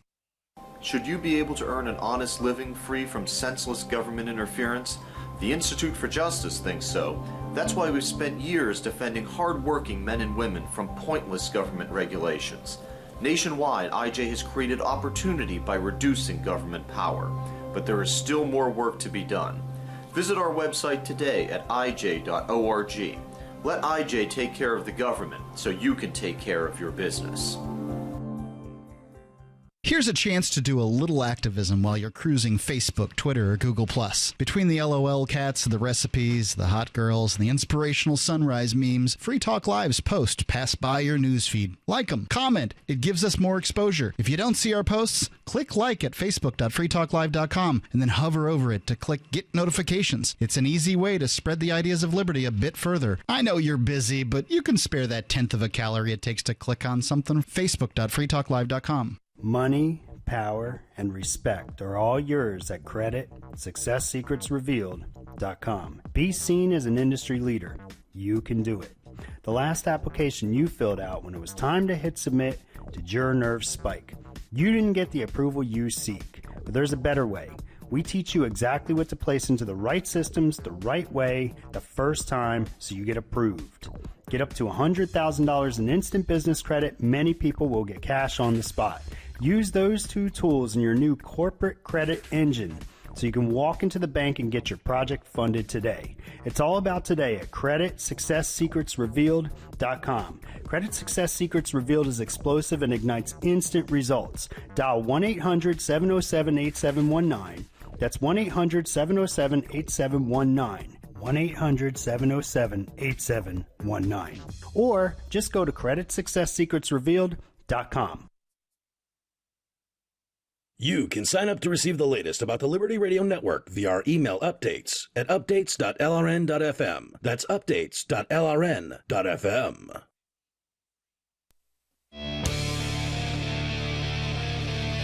This is Free Talk Live. 855-450-FREE. That's 855-450-3733. In studio, it's Daryl. And Heather. And Chris. And we just had a caller who called in to say that she wants to ban smokers completely from her city, but Not then just a caller. fails to wind up seeing that, once you start banning things, you have to enforce those things, and at some point, people wind up dying over what you're attempting to ban. And she calls in about all of these various bans. She's what we call a chronic caller. She calls in almost every night, and there's always something that she wants to ban, and she never sees the enforcement mechanism behind her bans. Yeah, Shout out to all the cops that aren't, enforcing petty crap like that. So, Oh, agreed. But that is where you have to take these arguments. You have to be willing to say, I want to ban X. Okay, then just as Daryl walked Sarah through, okay, then how much should they be fined? And what if they don't pay the fine? What if they don't show up to the court hearing? Right. What if they don't walk along with the police officer that comes to arrest them after failure to appear? Right. What happens after their second or third charge for the same offense? Do they wind up just being shot in the head or choked on the sidewalk? Or, any of the other horrible ways people have died in, when people are enforcing these laws. But it really is crazy, though, the mentality that a lot of, not all, but a lot of police officers have when enforcing the law. It's like, I don't know what it is, but growing up, I always saw, cops as, being that, friendly local police officer or something. But it's like today's day and age, half the cops that run towns don't even live in the town they're policing, and it's just very and we have more intrusive laws. I mean, with the war on drugs, we declared war on our own people. We declared war on all the people of America, and we're not sure which ones are doing drugs or not, but you're all suspect until we find out one way or the other. War on drugs, war on cigarettes. Right. I mean, just thinking of that Eric Garner situation and the way that these cops just viewed him, almost dehumanized him for what he was doing, for selling this. They say, he was a criminal. Yeah, pretty much. They dehumanized this father of 6 for selling a loose cigarette, and then used this combative, aggressive, violent behavior and choked the man to death. This is real. This really happened. Right. You know what I mean? It's not. We hate to bring up all this negative stuff, but, until you start realizing that enforcing laws like the one Sarah was just proposing leads to these combat mentality type police officers to go out there and harm people for doing what you say they shouldn't be allowed to do. Let's go back to the phones. We've got Ben calling in from Canada. Ben, you're on Free Talk Live. Go ahead with your thoughts. Well, I was going to say I'd trade my Canadian citizenship with Sarah because Canada has some terrible tobacco enforcement going on right now. My province just outlawed smoking in public parks, and some other provinces have already banned the sale of any flavored tobacco. Wow. Because the children will wind up buying that because it tastes like thing. It's candy. Actually, there's a town in Massachusetts that tried doing that. Yeah.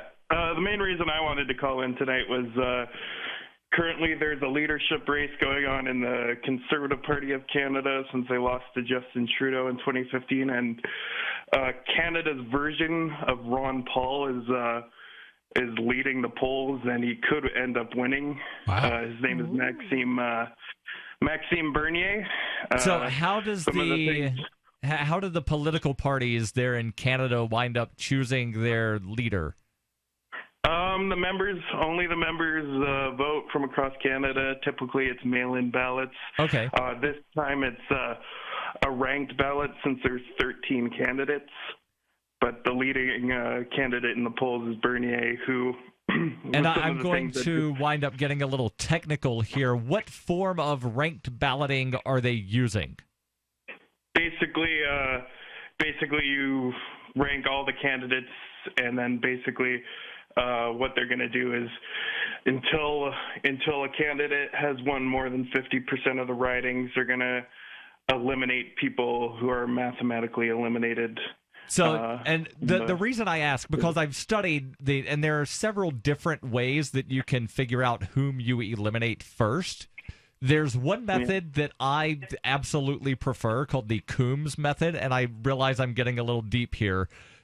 So what the Coombs method does is whoever has the most last place votes winds up being eliminated instead of whoever has the fewest first place votes. Yeah. I don't know. So it removes the person that is the most unpopular, not the person that is the least, because you could have somebody that a lot of people really, really like that 52% of the people just absolutely hate, and so they rank him dead last. But under a regular IRV system that's instant runoff voting, that person that a majority dislike on the first ballot could actually wind up winning. Can you give us an example of one of his positions on some issue that means something to you? Yeah. His key is is on his tax policy. Now he's not going like full out libertarian and going 0% income taxes, but he has said abolish capital gains taxes, end corporate welfare, and he also, if Justin Trudeau fails to legalize marijuana before the next election, he said he'll decriminalize it. Nice. So, seems like it could be worse. He's supporting. Yeah. Yeah. He's been called like Mad Max, but also he's been called Canada's version of Ron Paul. So if he does wind up libertarian-leaning, if he does wind up getting that leadership position within the Conservative Party, then what? Then he becomes eligible to be prime minister in 4 years? It's the next election in Canada will be 2019. Okay. And he'll have to win. There was rumors of Canada changing its first past the post election system, but that's not happening. So it's gonna be he has to win at least 170, since we have 338 federal ridings in Canada. Ridings being the Canadian equivalent to a congressional district. Right. So if the Conservative Party winds up winning Congress, I realize it's Parliament there, but then he would basically be the front runner to be the prime minister. Yeah, but the leadership election will be determined a week from Saturday, so I'll probably call in again and give the news about that. Yeah, definitely keep us posted. Ben, thank you very much for the call. Let's go to Robert calling in from Bellows Falls. Robert, you're on Free Talk Live. Go ahead with your thoughts.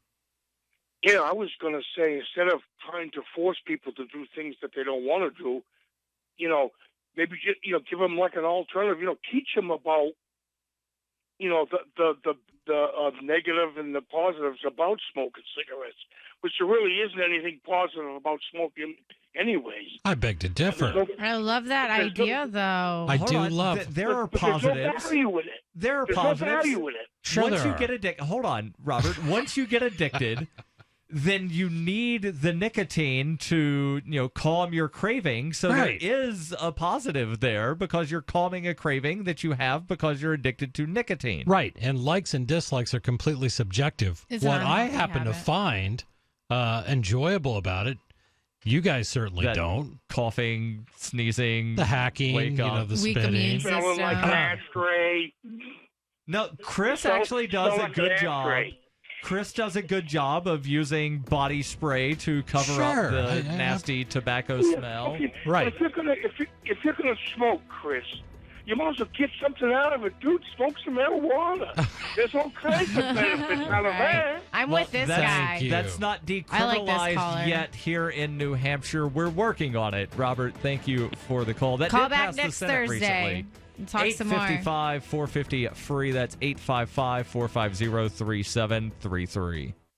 If you're a sleep apnea sufferer who's on the go, go to your phone. Because if you give us a call right now, you'll be able to try the world's first portable mini CPAP device absolutely risk-free for 10 restful nights. It's the Transcend Mini CPAP, an engineering marvel that's as small as a soda can and weighs less than a pound. Its unique design is so small and so light, you can fit it in your briefcase or purse to use anywhere you go. No more dragging around a big, bulky CPAP. Even better, now you can try Transcend absolutely risk-free for 10 restful nights by calling minicpap.com, 1-800-768-3138. Transcend is FAA compliant too, so you can even sleep comfortably while flying. You can also add a battery pack that's as tiny as a deck of cards. So now you can enjoy the freedom to sleep comfortably anywhere. But don't wait. To receive your 10-night in-home trial, call minicpap.com now. 1-800-768-3138. That's 1-800-768-3138. For over 5 years, you've been hearing about the Berkey Guy, so you may know a few things about him. For example, you are well aware of the superior quality and effectiveness of Berkey water filters and accessories. But did you know the Berkeys have had independent lab tests done to prove just how effective they are? It's true, and he can email you the test results. Just visit goberkey.com. You may also know that the Berkey Guy has helped tens of thousands of people get better prepared. Now here's something you may not know. GoBerkey.com has amazing specials and deals all the time on a wide variety of survival and preparedness products. Most ready to ship same day. Visit the Berkey Guy at goberkey.com and be sure to click the red Products on Sale Now button. You can always call toll-free 877-886-3653. Again, that's 877-886-3653. GoBerkey.com, home of the Berkey Guy. Understanding your credit score is the first step towards managing and improving it. This is Charlie Sundstrom with your Van Dyke Mortgage Minute. The most influential component of your credit score is your payment history. Almost equally as important is the amount you owe on credit accounts. Also impacting your score, but to a lesser degree, are the length of time you've utilized your credit, the number of new accounts, credit inquiries, and your various types of credit accounts. To help achieve or maintain a healthy credit score, have a system set up to assure your bills are always paid on time. Don't max out your cards. It's better to have a high credit limit with a low balance. Never close old accounts. The age of these can actually help your credit score. But don't be afraid to use your credit. You need several accounts in order to have a credit score. Just keep the corresponding payments within your means. For your mortgage pre-approval and refi needs, start by visiting VanDykeMortgage.com. Corporate NMLS 3035. Van Dyke Mortgage is an equal housing lender. Charlie Sundstrom, NMLS 134251.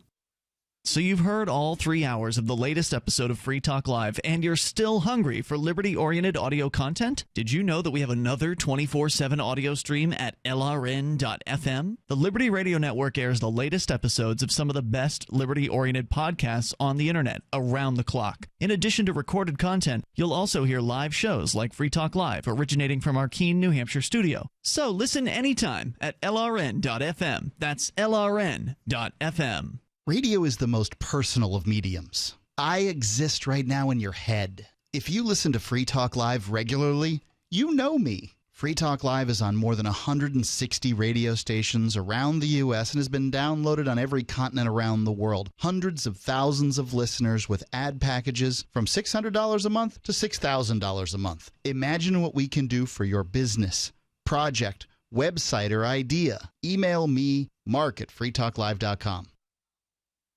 What's up next? Visit the Liberty Radio Network program guide to find out at shows.lrn.fm. That's shows.lrn.fm.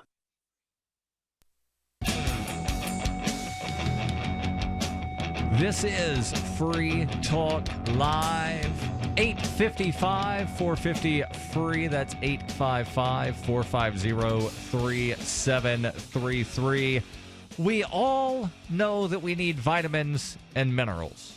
But did you know that there are another 3 nutrients, or rather 3 classes of nutrients, that are essential for maintaining health? In fact, when it comes to supplements, some experts feel that all the other 3 nutrients are needed more than the vitamins and the minerals. The other 3 being probiotics, enzymes, and antioxidants. And the reason they're so important is that the modern American diet has virtually eliminated regular sources of these nutrients from our meals. And hold on, I lost my place here, and the one sentence looks like another sentence. The problem, many Americans turn to supplements to supply these essential nutrients, and they find that they're all sold separately. It's expensive and a time-consuming prospect. But one product, Whole Food Multi-Complete, has simplified the situation. Whole Food Multi-Complete combines these 5 critical nutrients along with additional immune and bone support nutrients into a single product. In fact, for the past 15 years, Whole Food Multi-Complete is the only product to offer this. So instead of spending a fortune buying 5 different products every month, check out the full supplement program offered by Whole Food Multi-Complete. With 54 total ingredients, it's guaranteed to be the cheapest way to acquire all of these nutrients. And it comes with a 100% satisfaction guarantee. And you get 30% off with the code FTL. That's off of your first order. That basically almost covers the cost of an item. Head over to SimplifyMySupplements.com. Use that code FTL, and you get free shipping on orders over $60.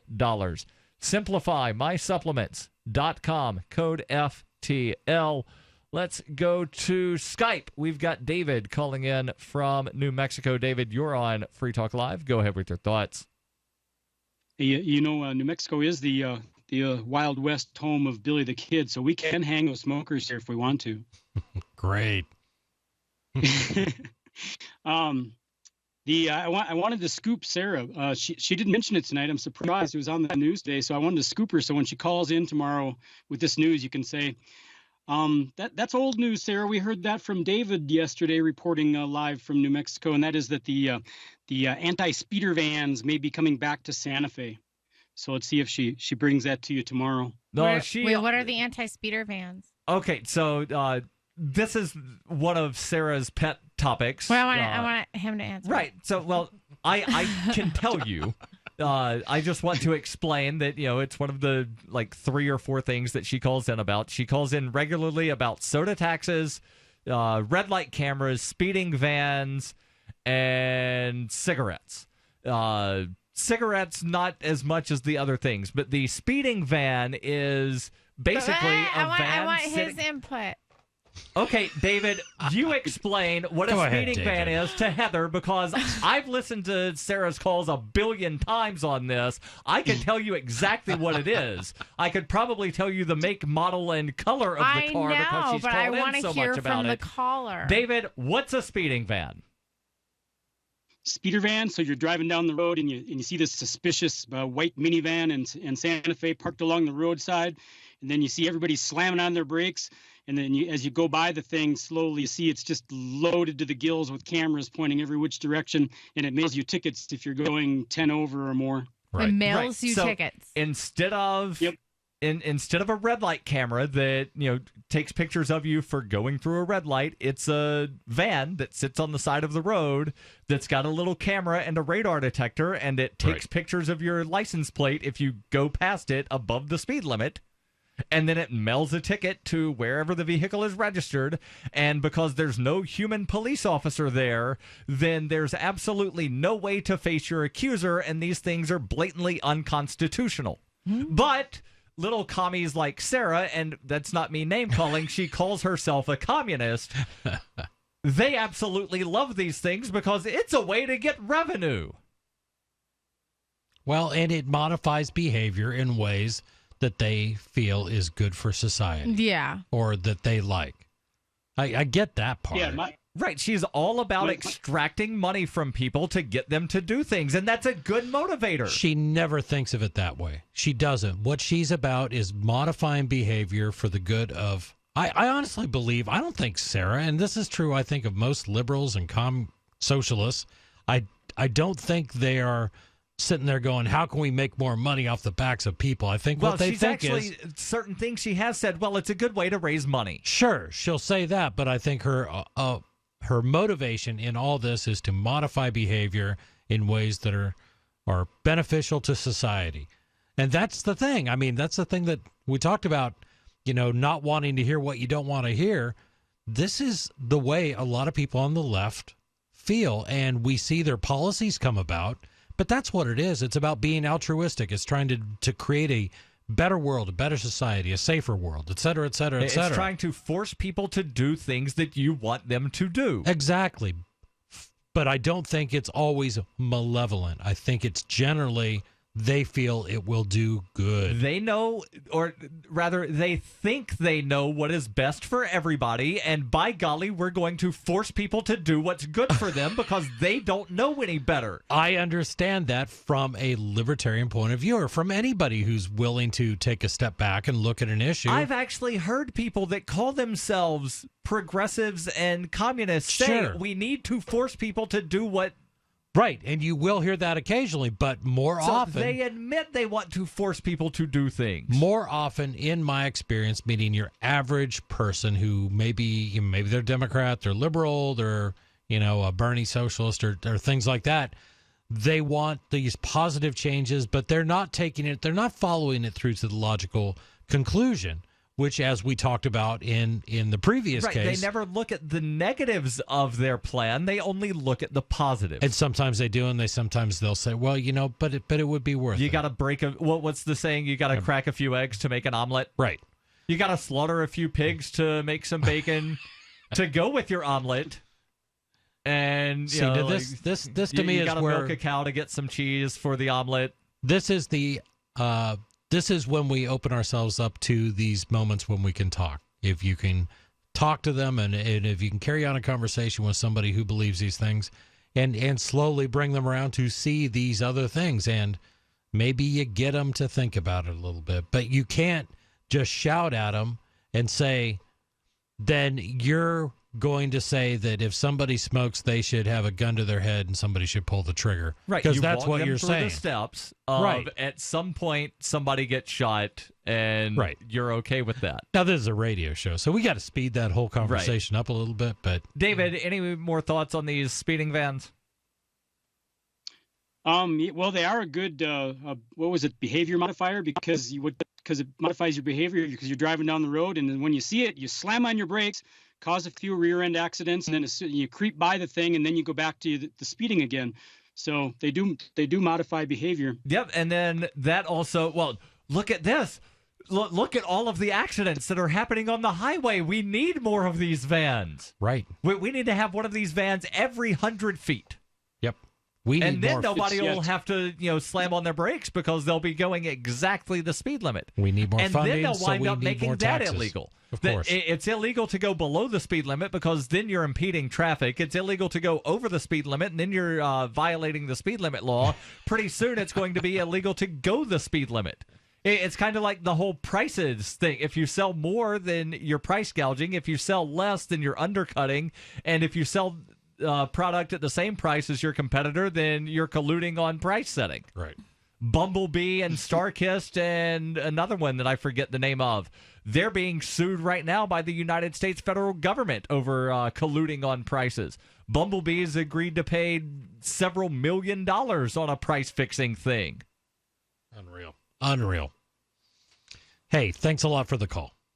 Let's go to Joe calling in from California. Joe, you're on Free Talk Live. Go ahead with your thoughts.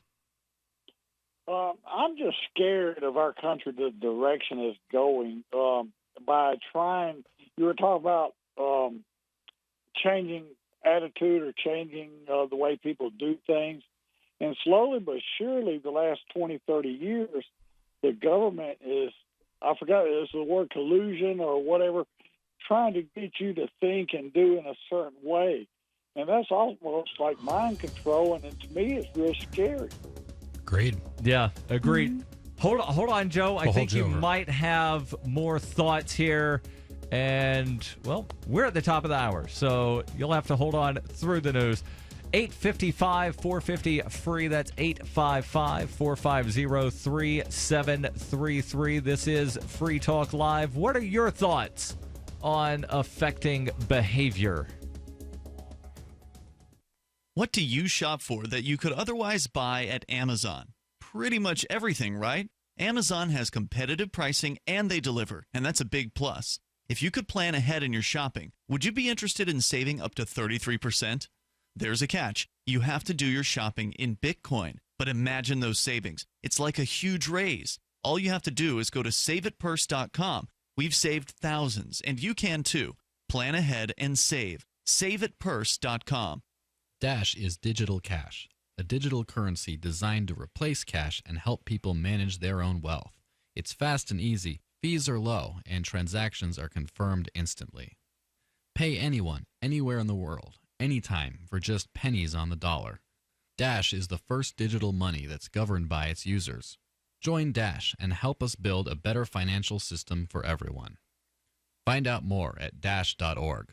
That's dash.org. This Your Family Today tip is brought to you by Boost Kid Essentials Nutritionally Complete Drink, providing your picky eater with essential nutrition and great taste in one drink. Visit us at kidessentials.com. To make sure your kids eat healthy, follow the 5-a-day plan. Serve 3 servings of vegetables and 2 servings of fruit daily. Remember, a serving could just mean a piece of fruit or a half cup of veggies. If your kids are picky eaters, ask a nutritionist about other sources. For more tips like these, visit us at parenthood.com/yourfamilytoday. LRN.FM is proud to announce our official listening apps for Android and iOS devices. Now you can easily tune into our streams anywhere, anytime on your smartphone or tablet. Just visit apps.lrn.fm or search for LRN.FM in the Android or Apple app stores. Please download, rate us 5 stars, then share the link on your social media and let your friends and family know how you're listening to LRN.FM. Download it now, free at apps.lrn.fm. You're listening to the live edition of Free Talk Live. Hour number 3 is next after the news here on the Liberty Radio Network at LRN.FM. From Keene in the Shire, the Liberty Media capital of the world, this is Daryl W. Perry, host of FPP Radio News for Thursday, May 18th, 2017. Silver's trading at $16.72 per ounce. Gold is valued at $1,262 per ounce. Bitcoin is trading at 2.1 cents, and the average price of Bitcoin is $1,826.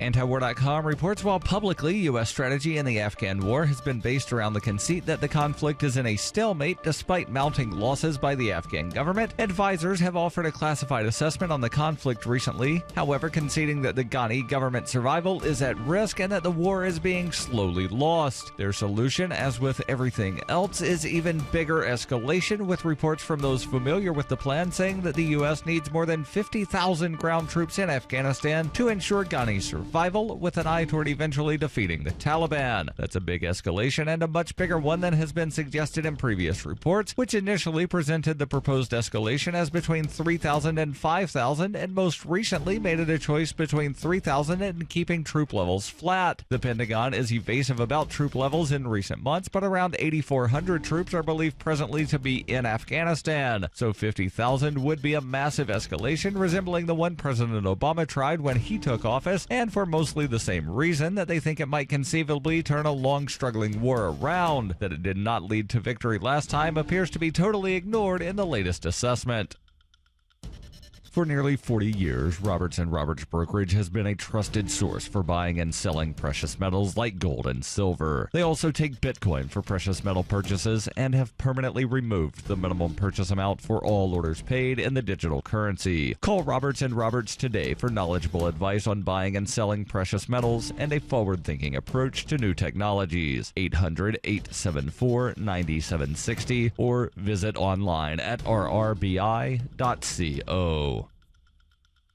UPI reports former U.S. Senator Joe Lieberman, who endorsed Hillary Clinton in the 2016 presidential campaign, met with President Donald Trump on Wednesday as one of 4 potential candidates to become the next FBI director. According to White House Press Secretary Sean Spicer, Trump also talked to Oklahoma Governor Frank Keating, acting FBI Director Andrew McCabe, and former top FBI official Richard McFeely. The interviews came more than a week after Trump fired FBI Director James Comey. Lieberman, who was Al Gore's running mate in the 2000 presidential election, position, has no experience as an FBI agent or as a federal judge or prosecutor, unlike past FBI directors. The Democrat turned independent was Connecticut's Attorney General before being elected to the U.S. Senate in 1988. Lieberman told the Hartford Courant he was secretly considered for jobs under former President George W. Bush while he was serving in the Senate. Trump said he would make a fast decision on replacing Comey, possibly before he leaves on Friday for Saudi Arabia, the start of his first overseas trip since taking office on January 20th. Born into a devastating world and raised among the crowd, the Cloudwalker assumes a new identity and begins the unrelenting quest for truth. In this epic journey, he discovers dark secrets about aspects of his previous life that he once trusted. Through the journal of the Cloudwalker, he shares both the traumatic hardships and the eternal beauties of his experiences. Dear Society by the Cloudwalker is available from Amazon.com and all major bookstores.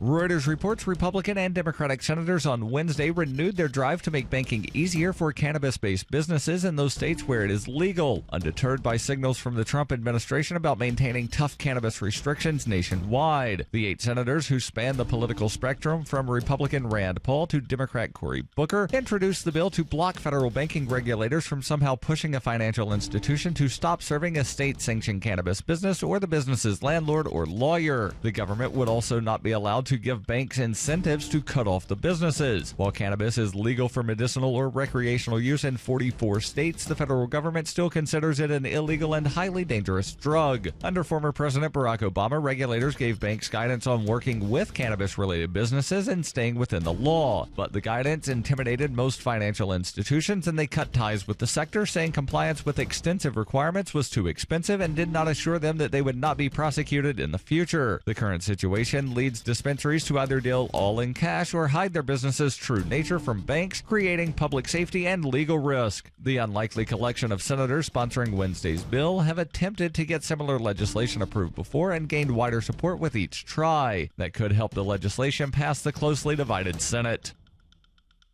This has been FPP Radio News, online at fppradio.com.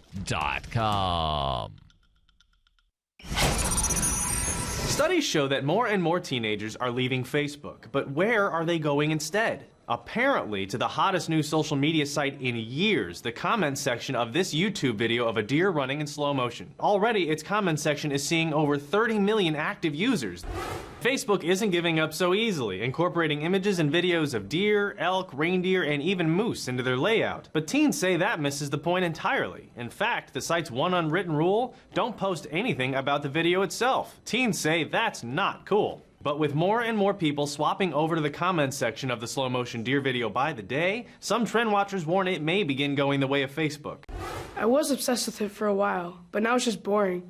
I'm probably going to switch over to Happy Fast Kitchen. While we don't know for sure, we believe Happy Fast Kitchen might refer to the Yelp page for a Chinese food restaurant in Cleveland, the new social media site where musician Skrillex recently dropped his latest album. This is the Onion News Network.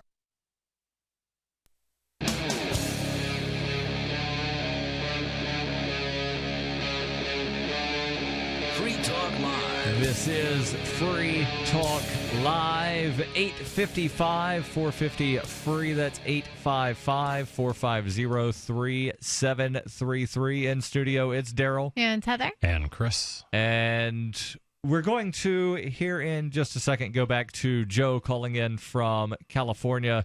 During the last hour, we had a caller call in.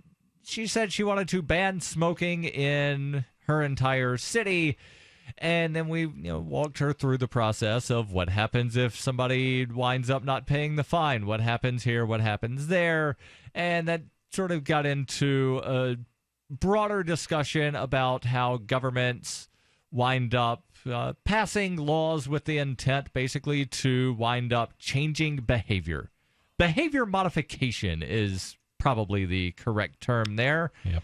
And then they always find ways to, quote unquote, incentivize you to do what they think you should. They like to use the term deterrent, but they're going to incentivize you with, if you don't do this, then here's this large amount of money you have to pay us, or here's this large amount of jail time that you have to serve. But it's interesting, the other way, so take companies, the commercial world, the private sector, excuse me. So most larger companies now have like a stop smoking program or a wellness program or something like that. And it's the complete other direction. If you, if you go get your blood pressure checked and you get a physical and you do this, and this, then we'll give you a $50 gift card, or you'll pay less in your insurance premiums and things like that. And they make financial sense. I worked for a company that I will not say the name of the company, but large international corporation in the aviation industry. And they had a program to where if you had a substance abuse problem, they would wind up, like putting you on this program, cover your rehab sort of thing. There was one of the guys I was working with that was not only drinking on the job, he was stealing the little miniature bottles of alcohol off of the plane and drinking those on the job. How could you resist, though? He They're got so cute. confronted by the supervisor and said, I don't have a problem, and promptly got fired instead of, having the company pay to get him help. Wow. So, there are some people that they just refuse any help at all. Yeah. But again, that's a company they're trying to help people. Right. It's the carrot, not the stick. And right. So it's the positive reinforcement or the negative reinforcement. Right. Let's go back to Joe calling in from California. Joe, you're back on Free Talk Live. Thank you for holding over through the news. Continue with your thoughts. Joe, are you there? I guess that's a no, Joe. Either lost Joe or he's on a bad cell. I'll put him back on hold. We'll try again in a couple of minutes. But Heather, you actually had a fairly interesting story about what appears to possibly be federal government overreach, but maybe not. Well, what exactly is this? Okay, so this is coming from the Boston Globe, and it's a story regarding Cape Cod and the Cape Cod beaches and how they're basically controlled by the federal government. I have to say that before tonight, I did not know that there was such a thing as the Cape Cod National Seashore. Oh, yeah. Mm-hmm. Yep. I knew that, like Cape Cod existed and that there were beaches, but I did not know that it was a national seashore. Of course, we have to protect it. And I'm sure some president along the way did a big ceremony and that would have been commercial JFK. Fishing. Yeah. Well, having been born and raised on the Cape, I can tell you every fifth grader on Cape Cod takes a field trip to the national seashore. So what did Donald Trump do to prevent seashells from being sold down at the seashore? Well, he didn't do anything. But anyway, so it's titled White House Puts Advisory Panel for Cape Preserve on Hold.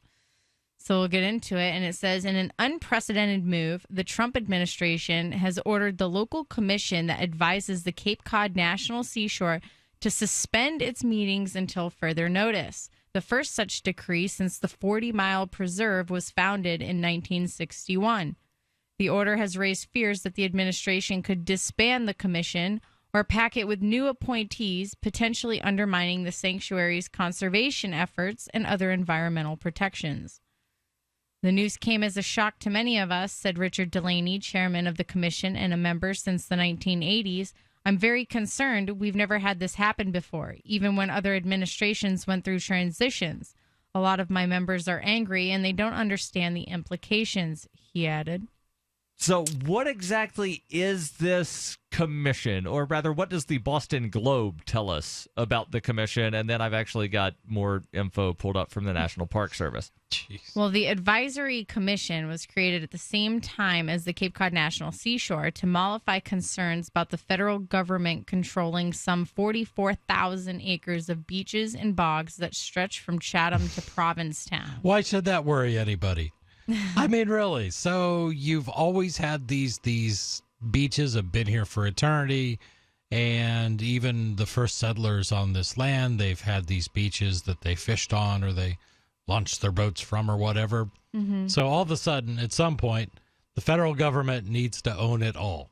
Yeah, pretty much. And I think the way the federal government usually gets in to these types of like this type of control is with federal grants. They bribe local governments and stuff like that. Well, there's and a then number if you of don't different. give into the bribes, you end up like Bundy Ranch there. Well, you've got that. You've got the Antiquities Act. Yep. You've got all sorts of things that What's that one? That there's a bunch of old stuff here. So now we own all of this land because old stuff. Another one is U.S. Fish and Wildlife, and that's happening. The Guano Acts. Some bats pooped here, so therefore we own these islands now. Well, to make things a little more local, I mean, the federal government is attempting to acquire, 29,000 acres of land from private citizens, being the first ones to be able to make an offer between Long Island Sound and the Canadian border, because in my particular area, in my town, where they want to own somewhere around 25% of my Isn't it town. like the purple speckled salamander or something? No, it's the dwarf wedge mussel. They have to protect the dwarf wedge mussel. Therefore, we have to own 25% of your town. Is the wedge mussel spotted? Because these things are almost always spotted. Probably. The spotted owl, the Probably, right. spotted I know what you're saying. salamander. But all these different ways, the federal government, because people, beginning with the progressive era, believed that if anything good were to come of it, by gosh, we got to have the federal government take care of it. That's the best thing you can possibly do. We got to centralize control, centralize planning. We'll get the best brains and minds on it, and then you end up with something like the Animas River in Colorado, which ended up being one of the biggest ecological, environmental disasters in the last 10, 15 years. So the National Park Service, and again, I had no clue prior to tonight that, there was such a thing as a national seashore. Did a search for this advisory council, came across the website for the National Park Service that says that this advisory commission was authorized in 1961. The purpose is to consult with the Secretary of the Interior about matters related to the development of the national seashore and specific sections of the act establishing the seashore. The commissioners of this National Seashore Advisory Commission are appointed by the Secretary of the Interior. Now, they represent the towns within the seashore boundaries, but they're appointed by the Secretary of the Interior. Of course. So there's a small conflict of interest there, Daryl rightfully points out. Right, so is this really a federal government overreach for Trump to say this commission that only exists because of the federal government is no longer able to exist? So it's not like the towns got together and said, we're creating a commission, and Trump said, you can't meet anymore. I definitely want your thoughts on this, Chris, because, again, you're living in one of the towns where, Trump might come in and say, there's a speckled mussel wedge thing. Dwarf. We got to dwarf. We got to take your land. And I want your thoughts as well. 855-450 free. This is Free Talk Live.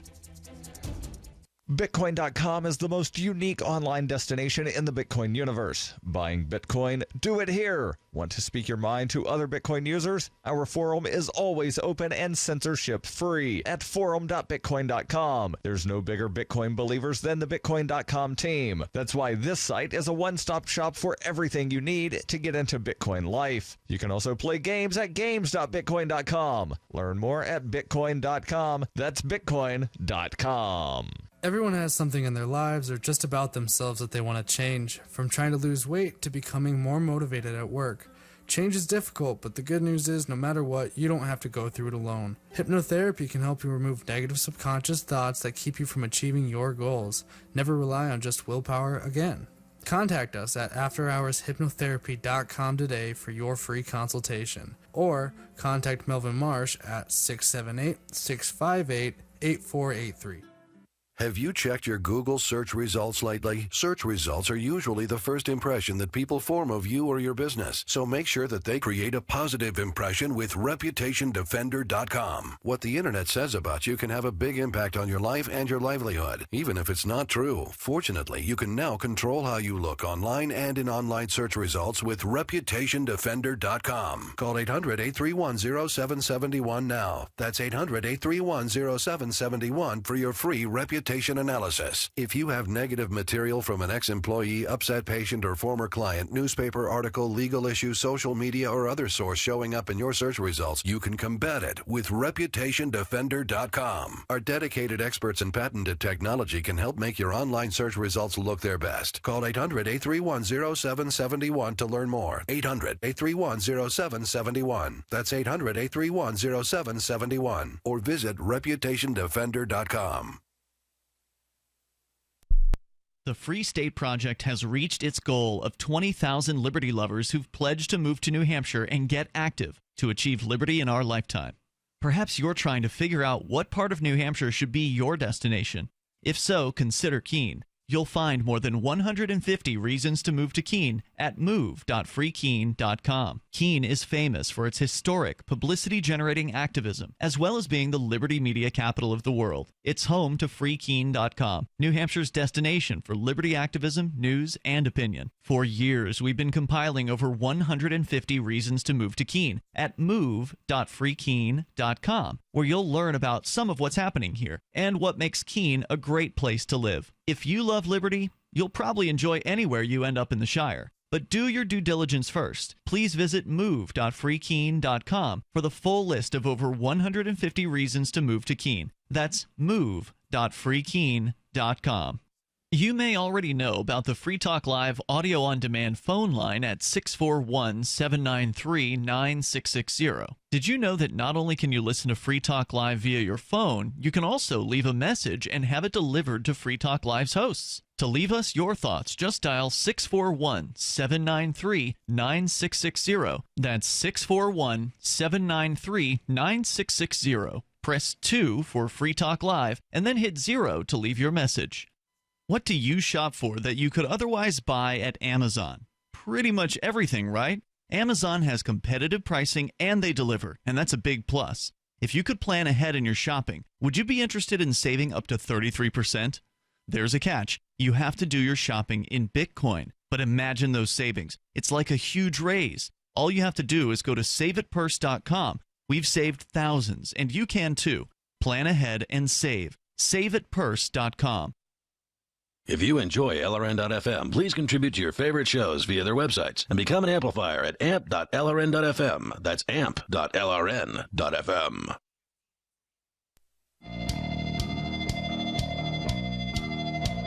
This is Free Talk Live, 855-450-FREE. That's 855-450-3733. And the Libertarian Party of New Hampshire is going out to the ball games on June 10th, sponsoring the New Hampshire Fisher Cats. You can join the Libertarian Party of New Hampshire in the new pavilion at the stadium with access to a private portion of the bar and an all-you-can-eat buffet. Tickets are only $40 and need to be purchased fast because they are selling out. Get your tickets at lpnh.org/FTL. And come have a great evening out with the Libertarian Party of New Hampshire and the New Hampshire Fisher Cats. Again, the LPNH will be sponsoring that game on June 10th against the Eastern League champion Akron Rubber Ducks. Get your tickets, $40, but need to be purchased soon because, again, they are selling out. Get your tickets, lpnh.org/FTL. And we're discussing this advisory commission down on Cape Cod, the Cape Cod National Seashore Advisory Commission. Commission was created by the United States federal government in 1961 when the Cape Cod National Seashore was created as a national park. And all of the members of the Advisory Commission are appointed by the Secretary of the Interior. And as indicated by the name, according to the National Park Service, the commission is advisory in nature, meaning that they just come up with recommendations to the Secretary of the Interior, who appoints all of the members. So basically, the Secretary said, hey, you know what, guys, if you're going to make a national park here, I need some yes men. Yeah. And create a commission, and I get to appoint all of the members of the commission, and they get to tell me that all of my ideas are great and wonderful. Yeah, that's generally how it goes. The bigger question to me is, it's a property rights issue, and the question I think deserves to be asked in every one of these examples is the federal government the best steward of land in our country? And No. Right, we say no, of course we say no, but they own 87% of Nevada. They own 53% of the state of Oregon. Oh, that's crazy. And these are crazy percentages, and they're trying to do the same thing over here on the East Coast. One of the things that Trump did that everybody was just like, what a great guy. So Trump says he's not going to take a salary. He gets his first check, and I gets him quarterly. What does he do? I'm going to donate this money to the National Park Service. I'm like, you're donating it to an agency that is actively trying to seize land to put under federal management. I mean, this is like the opposite. Everybody's like, but what like a an great investment. idea. But Yeah. Teddy Roosevelt Like you're the president. Exactly, but Teddy Roosevelt. shot a bear cub, and that's why we have the Park Service. Yeah, or something along the like some of these weird stories, and I realize we're getting off on a tangent here, but some of the weird stories about former presidents just make absolutely no sense. Of course. Like the thing of George Washington chopped down a cherry tree. That's why we called Abe Lincoln Honest Abe. Yeah, and most of it's urban legend, and most people get that. But the issue is just, how much? I mean, until once the federal government owns all the land or owns a large percentage of it, you're giving up your freedom. One of the core tenets of liberty to me, it's a couple things. It's number one, it's self-ownership. I own my own body, and whatever I put into it is nobody's damn business but mine. And the second thing is property rights. I can own things. I can possess them, or I can take land and I can work it, and the fruits of my labor belong to me, and I can do with them what I want. But when the federal government acts like this is completely antithetical of anything that the founding fathers and our framers of the Constitution believed. But what about well, it's kind of like fruit of still your loom? uncertain what's going to happen with this. So, like, as we keep reading, it's kind of unclear. Like, right now, the commission is just, Trump has basically said, you guys can't meet right now. He hasn't but necessarily. They didn't really do anything. They were advisory in nature and basically yes men to the Secretary of the Interior. So, like, does this really change anything? I don't know. Let me keep reading the article here.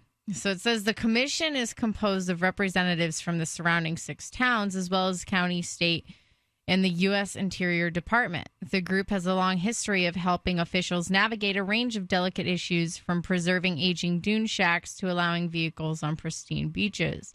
But last week, commissioners learned that they must halt their meetings during a Trump administration review. Good. Delaney and other commissioners said they worry about the administration's intentions, especially given the major cuts President Trump has proposed for the Environmental Protection Agency and his recent executive order to review the establishment of national monuments by his predecessors. Good and good. So national monuments and national parks are two completely different things. The EPA does not oversee the Park Service.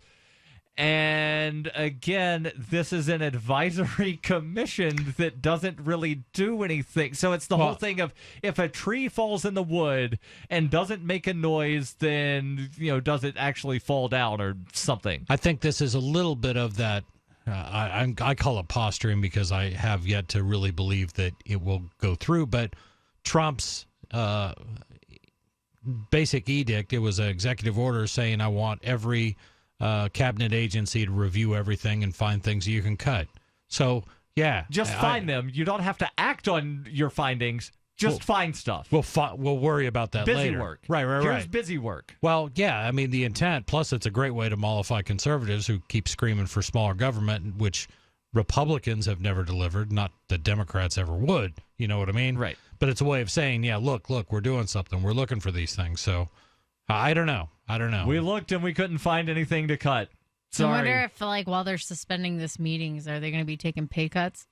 Because now they're not working. Well, most of the time, people that serve on boards of directors don't wind up getting paid. But do you think these appointees do? Often they get a stipend. Often they'll get a, reasonable expenses and things there like that. might be a stipend on this. I don't know. I know that various committees or commissions that get set up by legislatures, and I know specifically here in New Hampshire because I read a bunch of the stuff.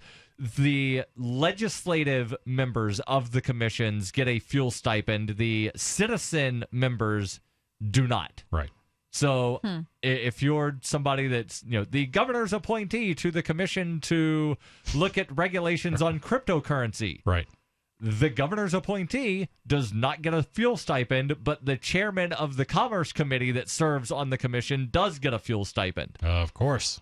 So my guess is, and this is just speculation, and I've not been able to find this out because the National Park Service doesn't say whether any of these people get any sort of pay. My guess is it's volunteer work. My core question in this whole thing is, okay, so this commission's been put on hold.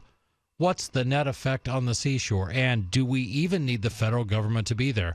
No. You've got 6 towns represented.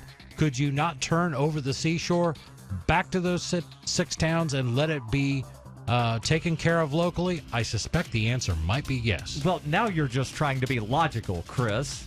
There I go again. Your calls and thoughts welcome. 855-450-FREE. That's 855-450-3733. Plus, a man sues the Grand Canyon. We'll tell you about it.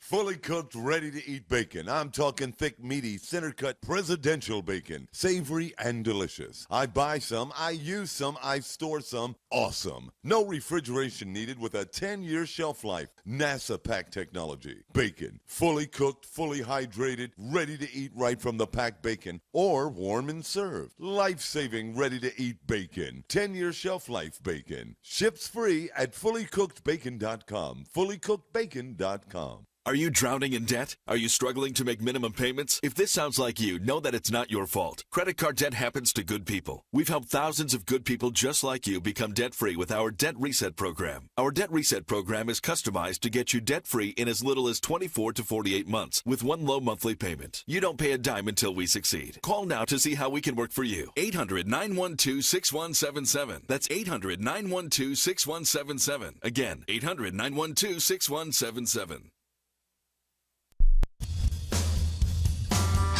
This is Michael Dean from the Freedom Teens radio show.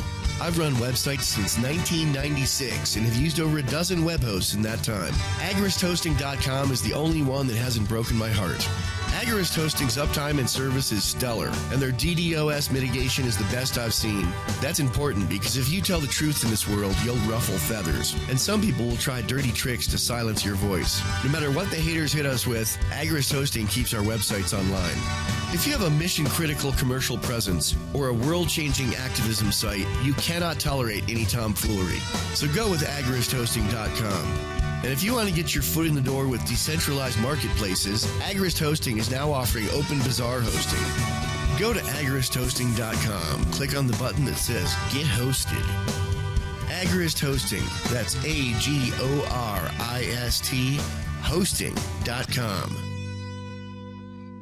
Looking for a great real estate investment? Consider New Hampshire, which is ground zero for the Liberty Movement. Your first call should be to Mark Worden from Porcupine Real Estate. He's more than just a real estate agent. He's your New Hampshire concierge. Where are the best places to live? Do you want farm, city, the burbs, or forest? Do you want a duplex or multifamily building so that renters pay your mortgage? There are homes in all price ranges in New Hampshire, and Mark can help with financing too. Invest in Liberty and property. Mark Worden can help.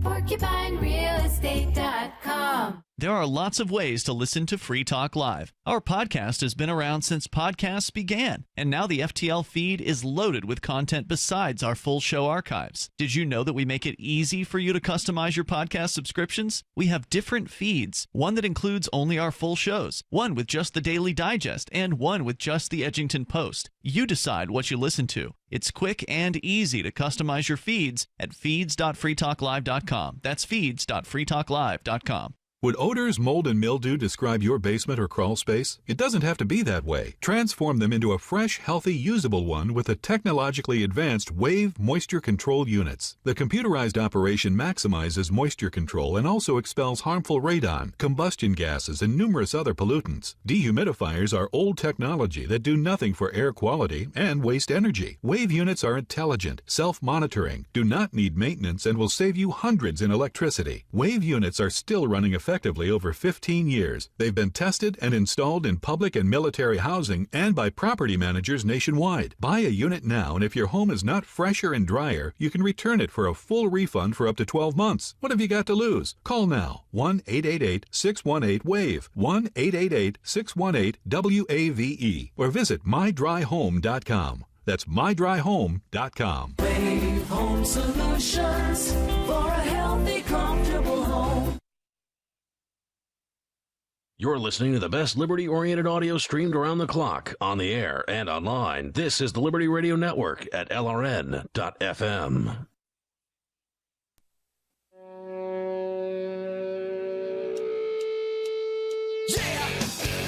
This is Free Talk Live. 855-450-FREE. That's 855-450-3733. In studio, it's Daryl. And Heather. And Chris. And we've been talking about this Cape Cod National Seashore Advisory Commission that Donald Trump has said, you can't meet anymore until I say that you can meet again. And the question has sort of been of, is this federal government overreach? And, you know, the creation of the advisory commission most definitely was federal government overreach, where the federal government came in and said, these 44,000 acres now belong to us. This is a national park. And here's a commission. And the commission, which there are members that, quote unquote, represent the 6 towns, the county, and the state of Massachusetts.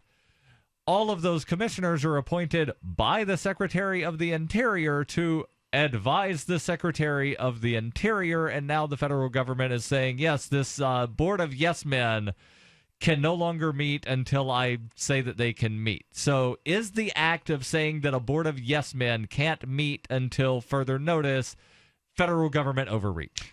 And it's not always yes men. At least I can speak to local groups. So, for example, my small town in New Hampshire has a whole lot of advisory boards and things like that. And people volunteer to be on them, you know, and once you volunteer, then somebody, quote unquote, appoints you to the position. You know what I mean? Right, but it's not, you know, the mayor appointing a advisory commission to the mayor to study the mayoral ethics. No, the term appointment is sort of an official thing, just to say, okay, you volunteered, you want to be doing this, therefore I appoint you. I wave my magic wand, and right. Now you are appointed, and now you're a member of that. So the advisory board that has absolutely no actual authority, they just get to, quote unquote, make recommendations. Right. And serve at the pleasure of fill in the blank of whatever politician you're actually talking about. So right. So I don't know what it is. The things that I hear, then I'm no longer pleased with you. You're off of my advisory board. True. But to me, the core issue is, why are we talking about any of this? Because why does the federal government need to own a beach? You know, they're not. They don't going to do the best job of taking care of it. And the people on the Cape in Massachusetts know more about that Cape. They know what's best for it. They're going to do a hell of a lot better job than a bunch of bureaucrats sitting down in Washington, which is where the people that are making decisions about the Cape, that's where they live. So from my townhouse in Georgetown, I believe that we need to outlaw fires on the beach.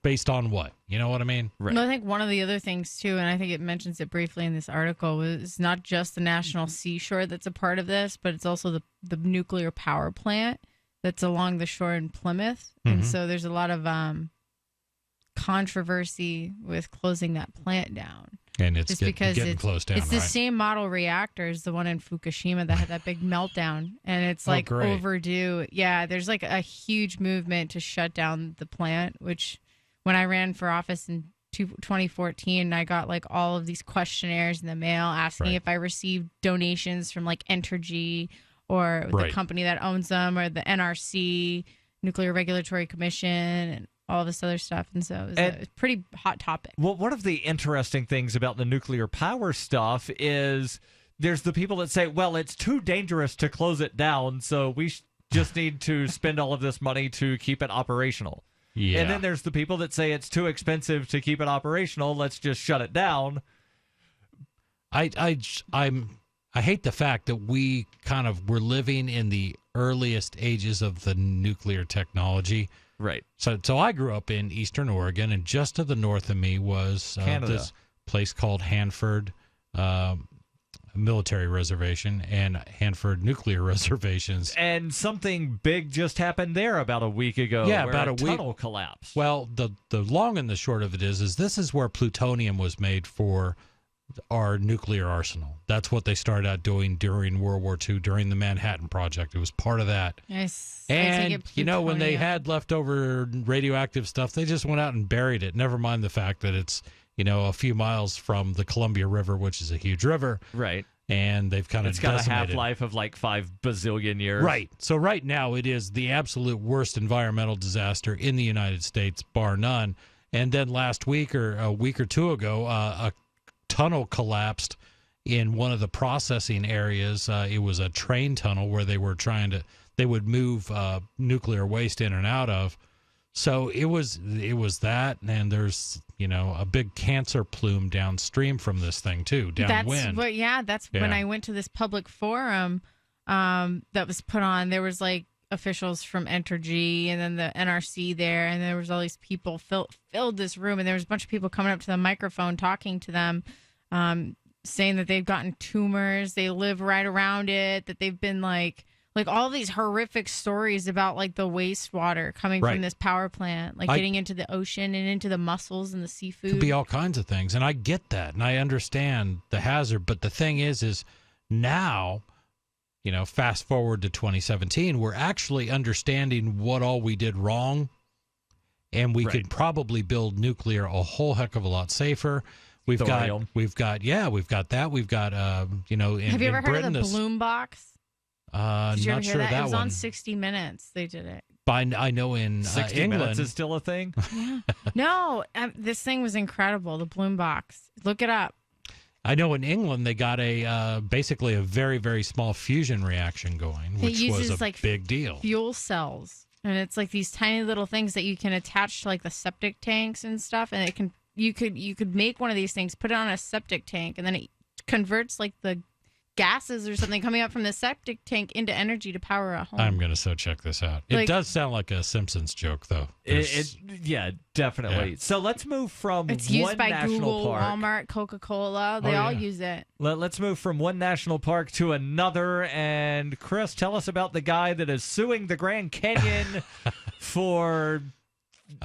Again, what is this again? Because this is clickbait this is definitely Thursdays. a clickbait. Yeah. So this is from IFL Science. If you don't know what IFL stands for, think about it. The title of the story is "A Creationist is About to Sue the Grand Canyon." Clickbait title. The Grand Canyon is a creationist nightmare.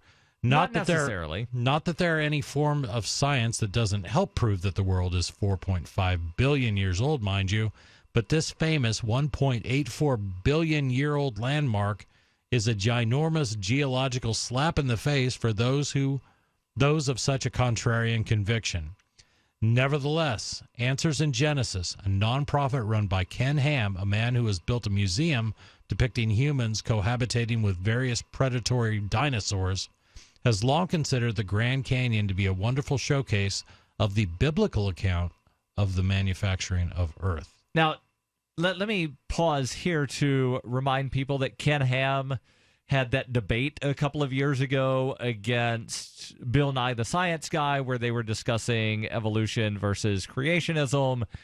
And everybody that I've spoken with, even those who absolutely disagree with Ken Ham on everything, say that hands down Ken Ham ripped Bill Nye's arguments apart. Well, Bill Nye does play a science guy on TV. So. Now, one thing that's interesting about the Grand Canyon and I've read a good bit of Ken Ham's stuff, and I used to watch, there was a TV show that he had that I found the show to be very fascinating. But the top of the Grand Canyon is actually at a higher elevation than if you go up the river a little bit. That's at a lower elevation. Right. So he said, there's no way that based on what the evolutionists say of the water eroded, there's no way that this would not be an underground creek right here, because this is a higher elevation than 5 miles upstream. Fascinating. We'll get into the actual lawsuit where I don't think the guy sued the giant crack in the earth. 855-450 free. Warning, if you've recently declared bankruptcy, you're going to want to cover your ears, because there's an alternative to bankruptcy, and it could be better than you'd ever think possible. But if you've already declared bankruptcy and have missed this opportunity, you'll want to cover your ears now.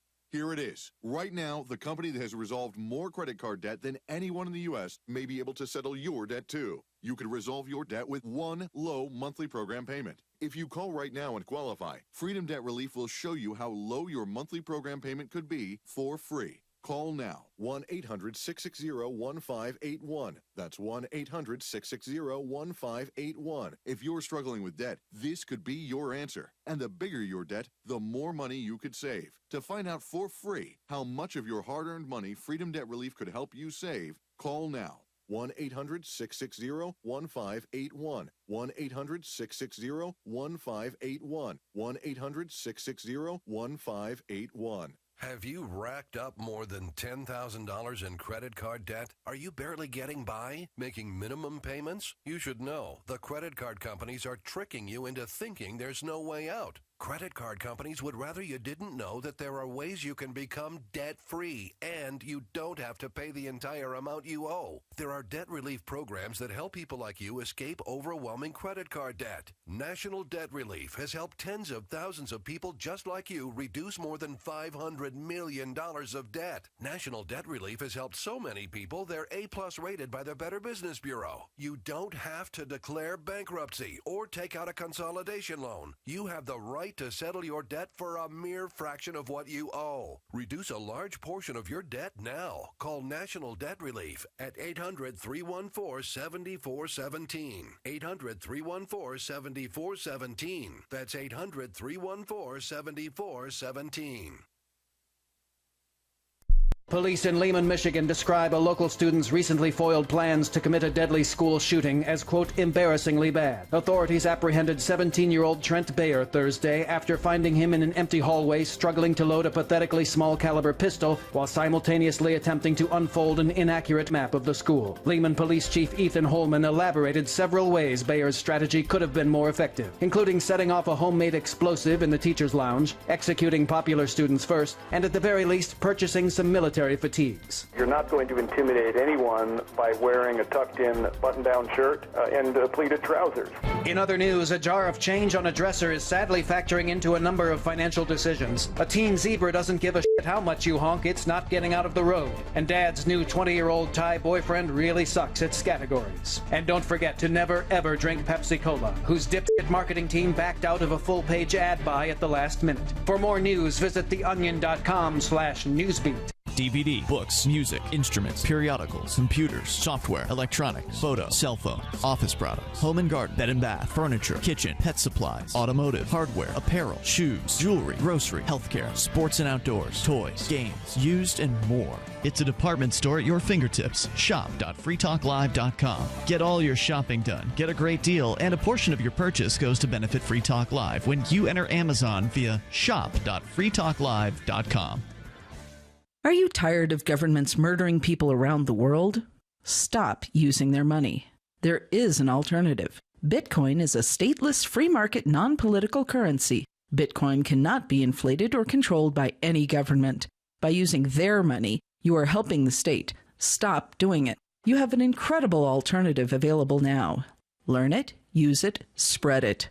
Get started with Bitcoin at Bitcoin.com. That's Bitcoin.com.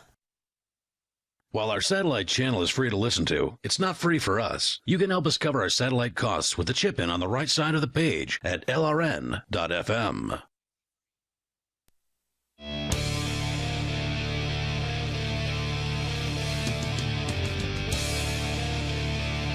This is Free Talk Live, 855-450-FREE. That's 855-450-3733. Possibly time for you and your thoughts if you call in now. We're talking about a man that sued a big, giant hole in the ground. We'll get back into the story, but I've got a question for you. Do you want to help build a better financial system for everyone? Then join Dash. Dash is Digital Cash, a digital money platform designed to replace cash and help people manage their own wealth. It's fast, private, and easy. Fees are low and transactions are fast or can even be confirmed instantly. You can pay anyone, anywhere in the world, anytime for just pennies on the dollar. Dash is decentralized, run by users who earn rewards for helping run the network and make governance decisions. Anyone can invest in Dash and earn rewards for helping run the Dash network. Join Dash and help create a better financial system for everyone. Take back control over your financial future today. Find out more at dash.org. There's a lot of momentum behind Dash, so go right now to dash.org and find out why. Absolutely. So we were talking a little bit about a creationist who is interested in the Grand Canyon because, you know, we have one side saying that the Grand Canyon is 1 point. The Grand what? The Grand Canyon. I did Canyon. The Canyon. The Canyon is I don't know if I sound like Arnold. I know It's a Canyon. It was all either like I was a cigarettes. very fancy man, or I came across It was as like Arnold butter Schwarzenegger. pecan. Anyway, so It's a big, giant ditch. yeah. Nevertheless, Answers in Genesis, a non-profit run by Ken Ham, a man who has built a museum depicting humans cohabitating with various predatory dinosaurs, has long considered the Grand Canyon to be a wonderful showcase of the biblical account of the manufacturing of Earth. One of its top acolytes, Andrew Snelling, has been attempting to gather rock samples from this particular national park, and being prevented from doing so, he's decided to sue the Grand Canyon's guardians. So he's suing the National Park Service. There you go. Andrew Snelling is actually a scientist. He has a doctorate in geology from the University of Sydney and has published peer-reviewed research in academic journals. He is also, somehow, an ardent creationist. Being a scientist and a creationist is extremely difficult. Believing that the world is merely thousands of years old, that humans magically appeared and Darwinian evolution is a crock of blank, is in itself a direct conflict with almost every scientific field out there. Now, here's sort of a misconception that the author of this article is showing. And it that is he taking has. a decidedly pro-evolutionary right and stance. Not all creationists are what they call young Earth creationists. That being that you believe that Right. the Earth is only 6,000 years old. There are creationists who believe that, well, we don't really know how old everything is, but there was a creator. Things didn't just happen by chance because, you know, some little paramecium decided to crawl out of the pond. Right, exactly. The story continues. A geologist who is also a creationist, however, is an example of cognitive dissonance par excellence. And again, taking a very strong pro-evolution viewpoint. And the also, author is. Also, again, showing his misconceptions that every creationist believes that the Earth is less than 7,000 years old. Sure. But I think we've given that caveat. We'll recognize that that's the tenor of this article going forward. Everything you were taught as any kind of geoscientist disproves every aspect of creationism so thoroughly that you simply have to choose a side. You cannot fight for both. Doing so would be akin to a physicist that considers gravity to be mythological. So we're talking about here is actual rock science. Right. Yeah. And that's a famous misquote from Paris Hilton when she, I forget what she was saying, but she said, it's not rock science. Perfect. No, because the common saying is it's not rocket science, but this actually is rock science. Yeah, so this continues. So it's deeply disappointing, really, that Dr. Andrew Snelling is trying to gather samples to attempt to disprove all of geology. It's not going to happen whether he gets the samples or not. He seems pretty angry that the park administrators won't let him chip away at this protected landmark, however, which is why he's taking them to court with the overzealously named legal advocacy group, the Alliance Defending Freedom. It's the freedom to collect rock samples. Yeah. Apparently, to do rock science. You bet. Academic research is permitted in the Grand Canyon, and it's carefully monitored and requires top-level approval. So where's the problem? This guy's got a doctorate. He is a rock scientist, and the Grand Canyon has rocks, and they allow rock science research. Right, but I assume that it may have to do with his beliefs, but we'll find out. Academic research is permitted in the Grand Canyon, but it's carefully monitored and requires top-level approval. Snelling's request to take around 60 geological samples was denied because, despite his scientific background, he would be using these precious samples disingenuously, and he would view his results through the incompatible prism of creationism.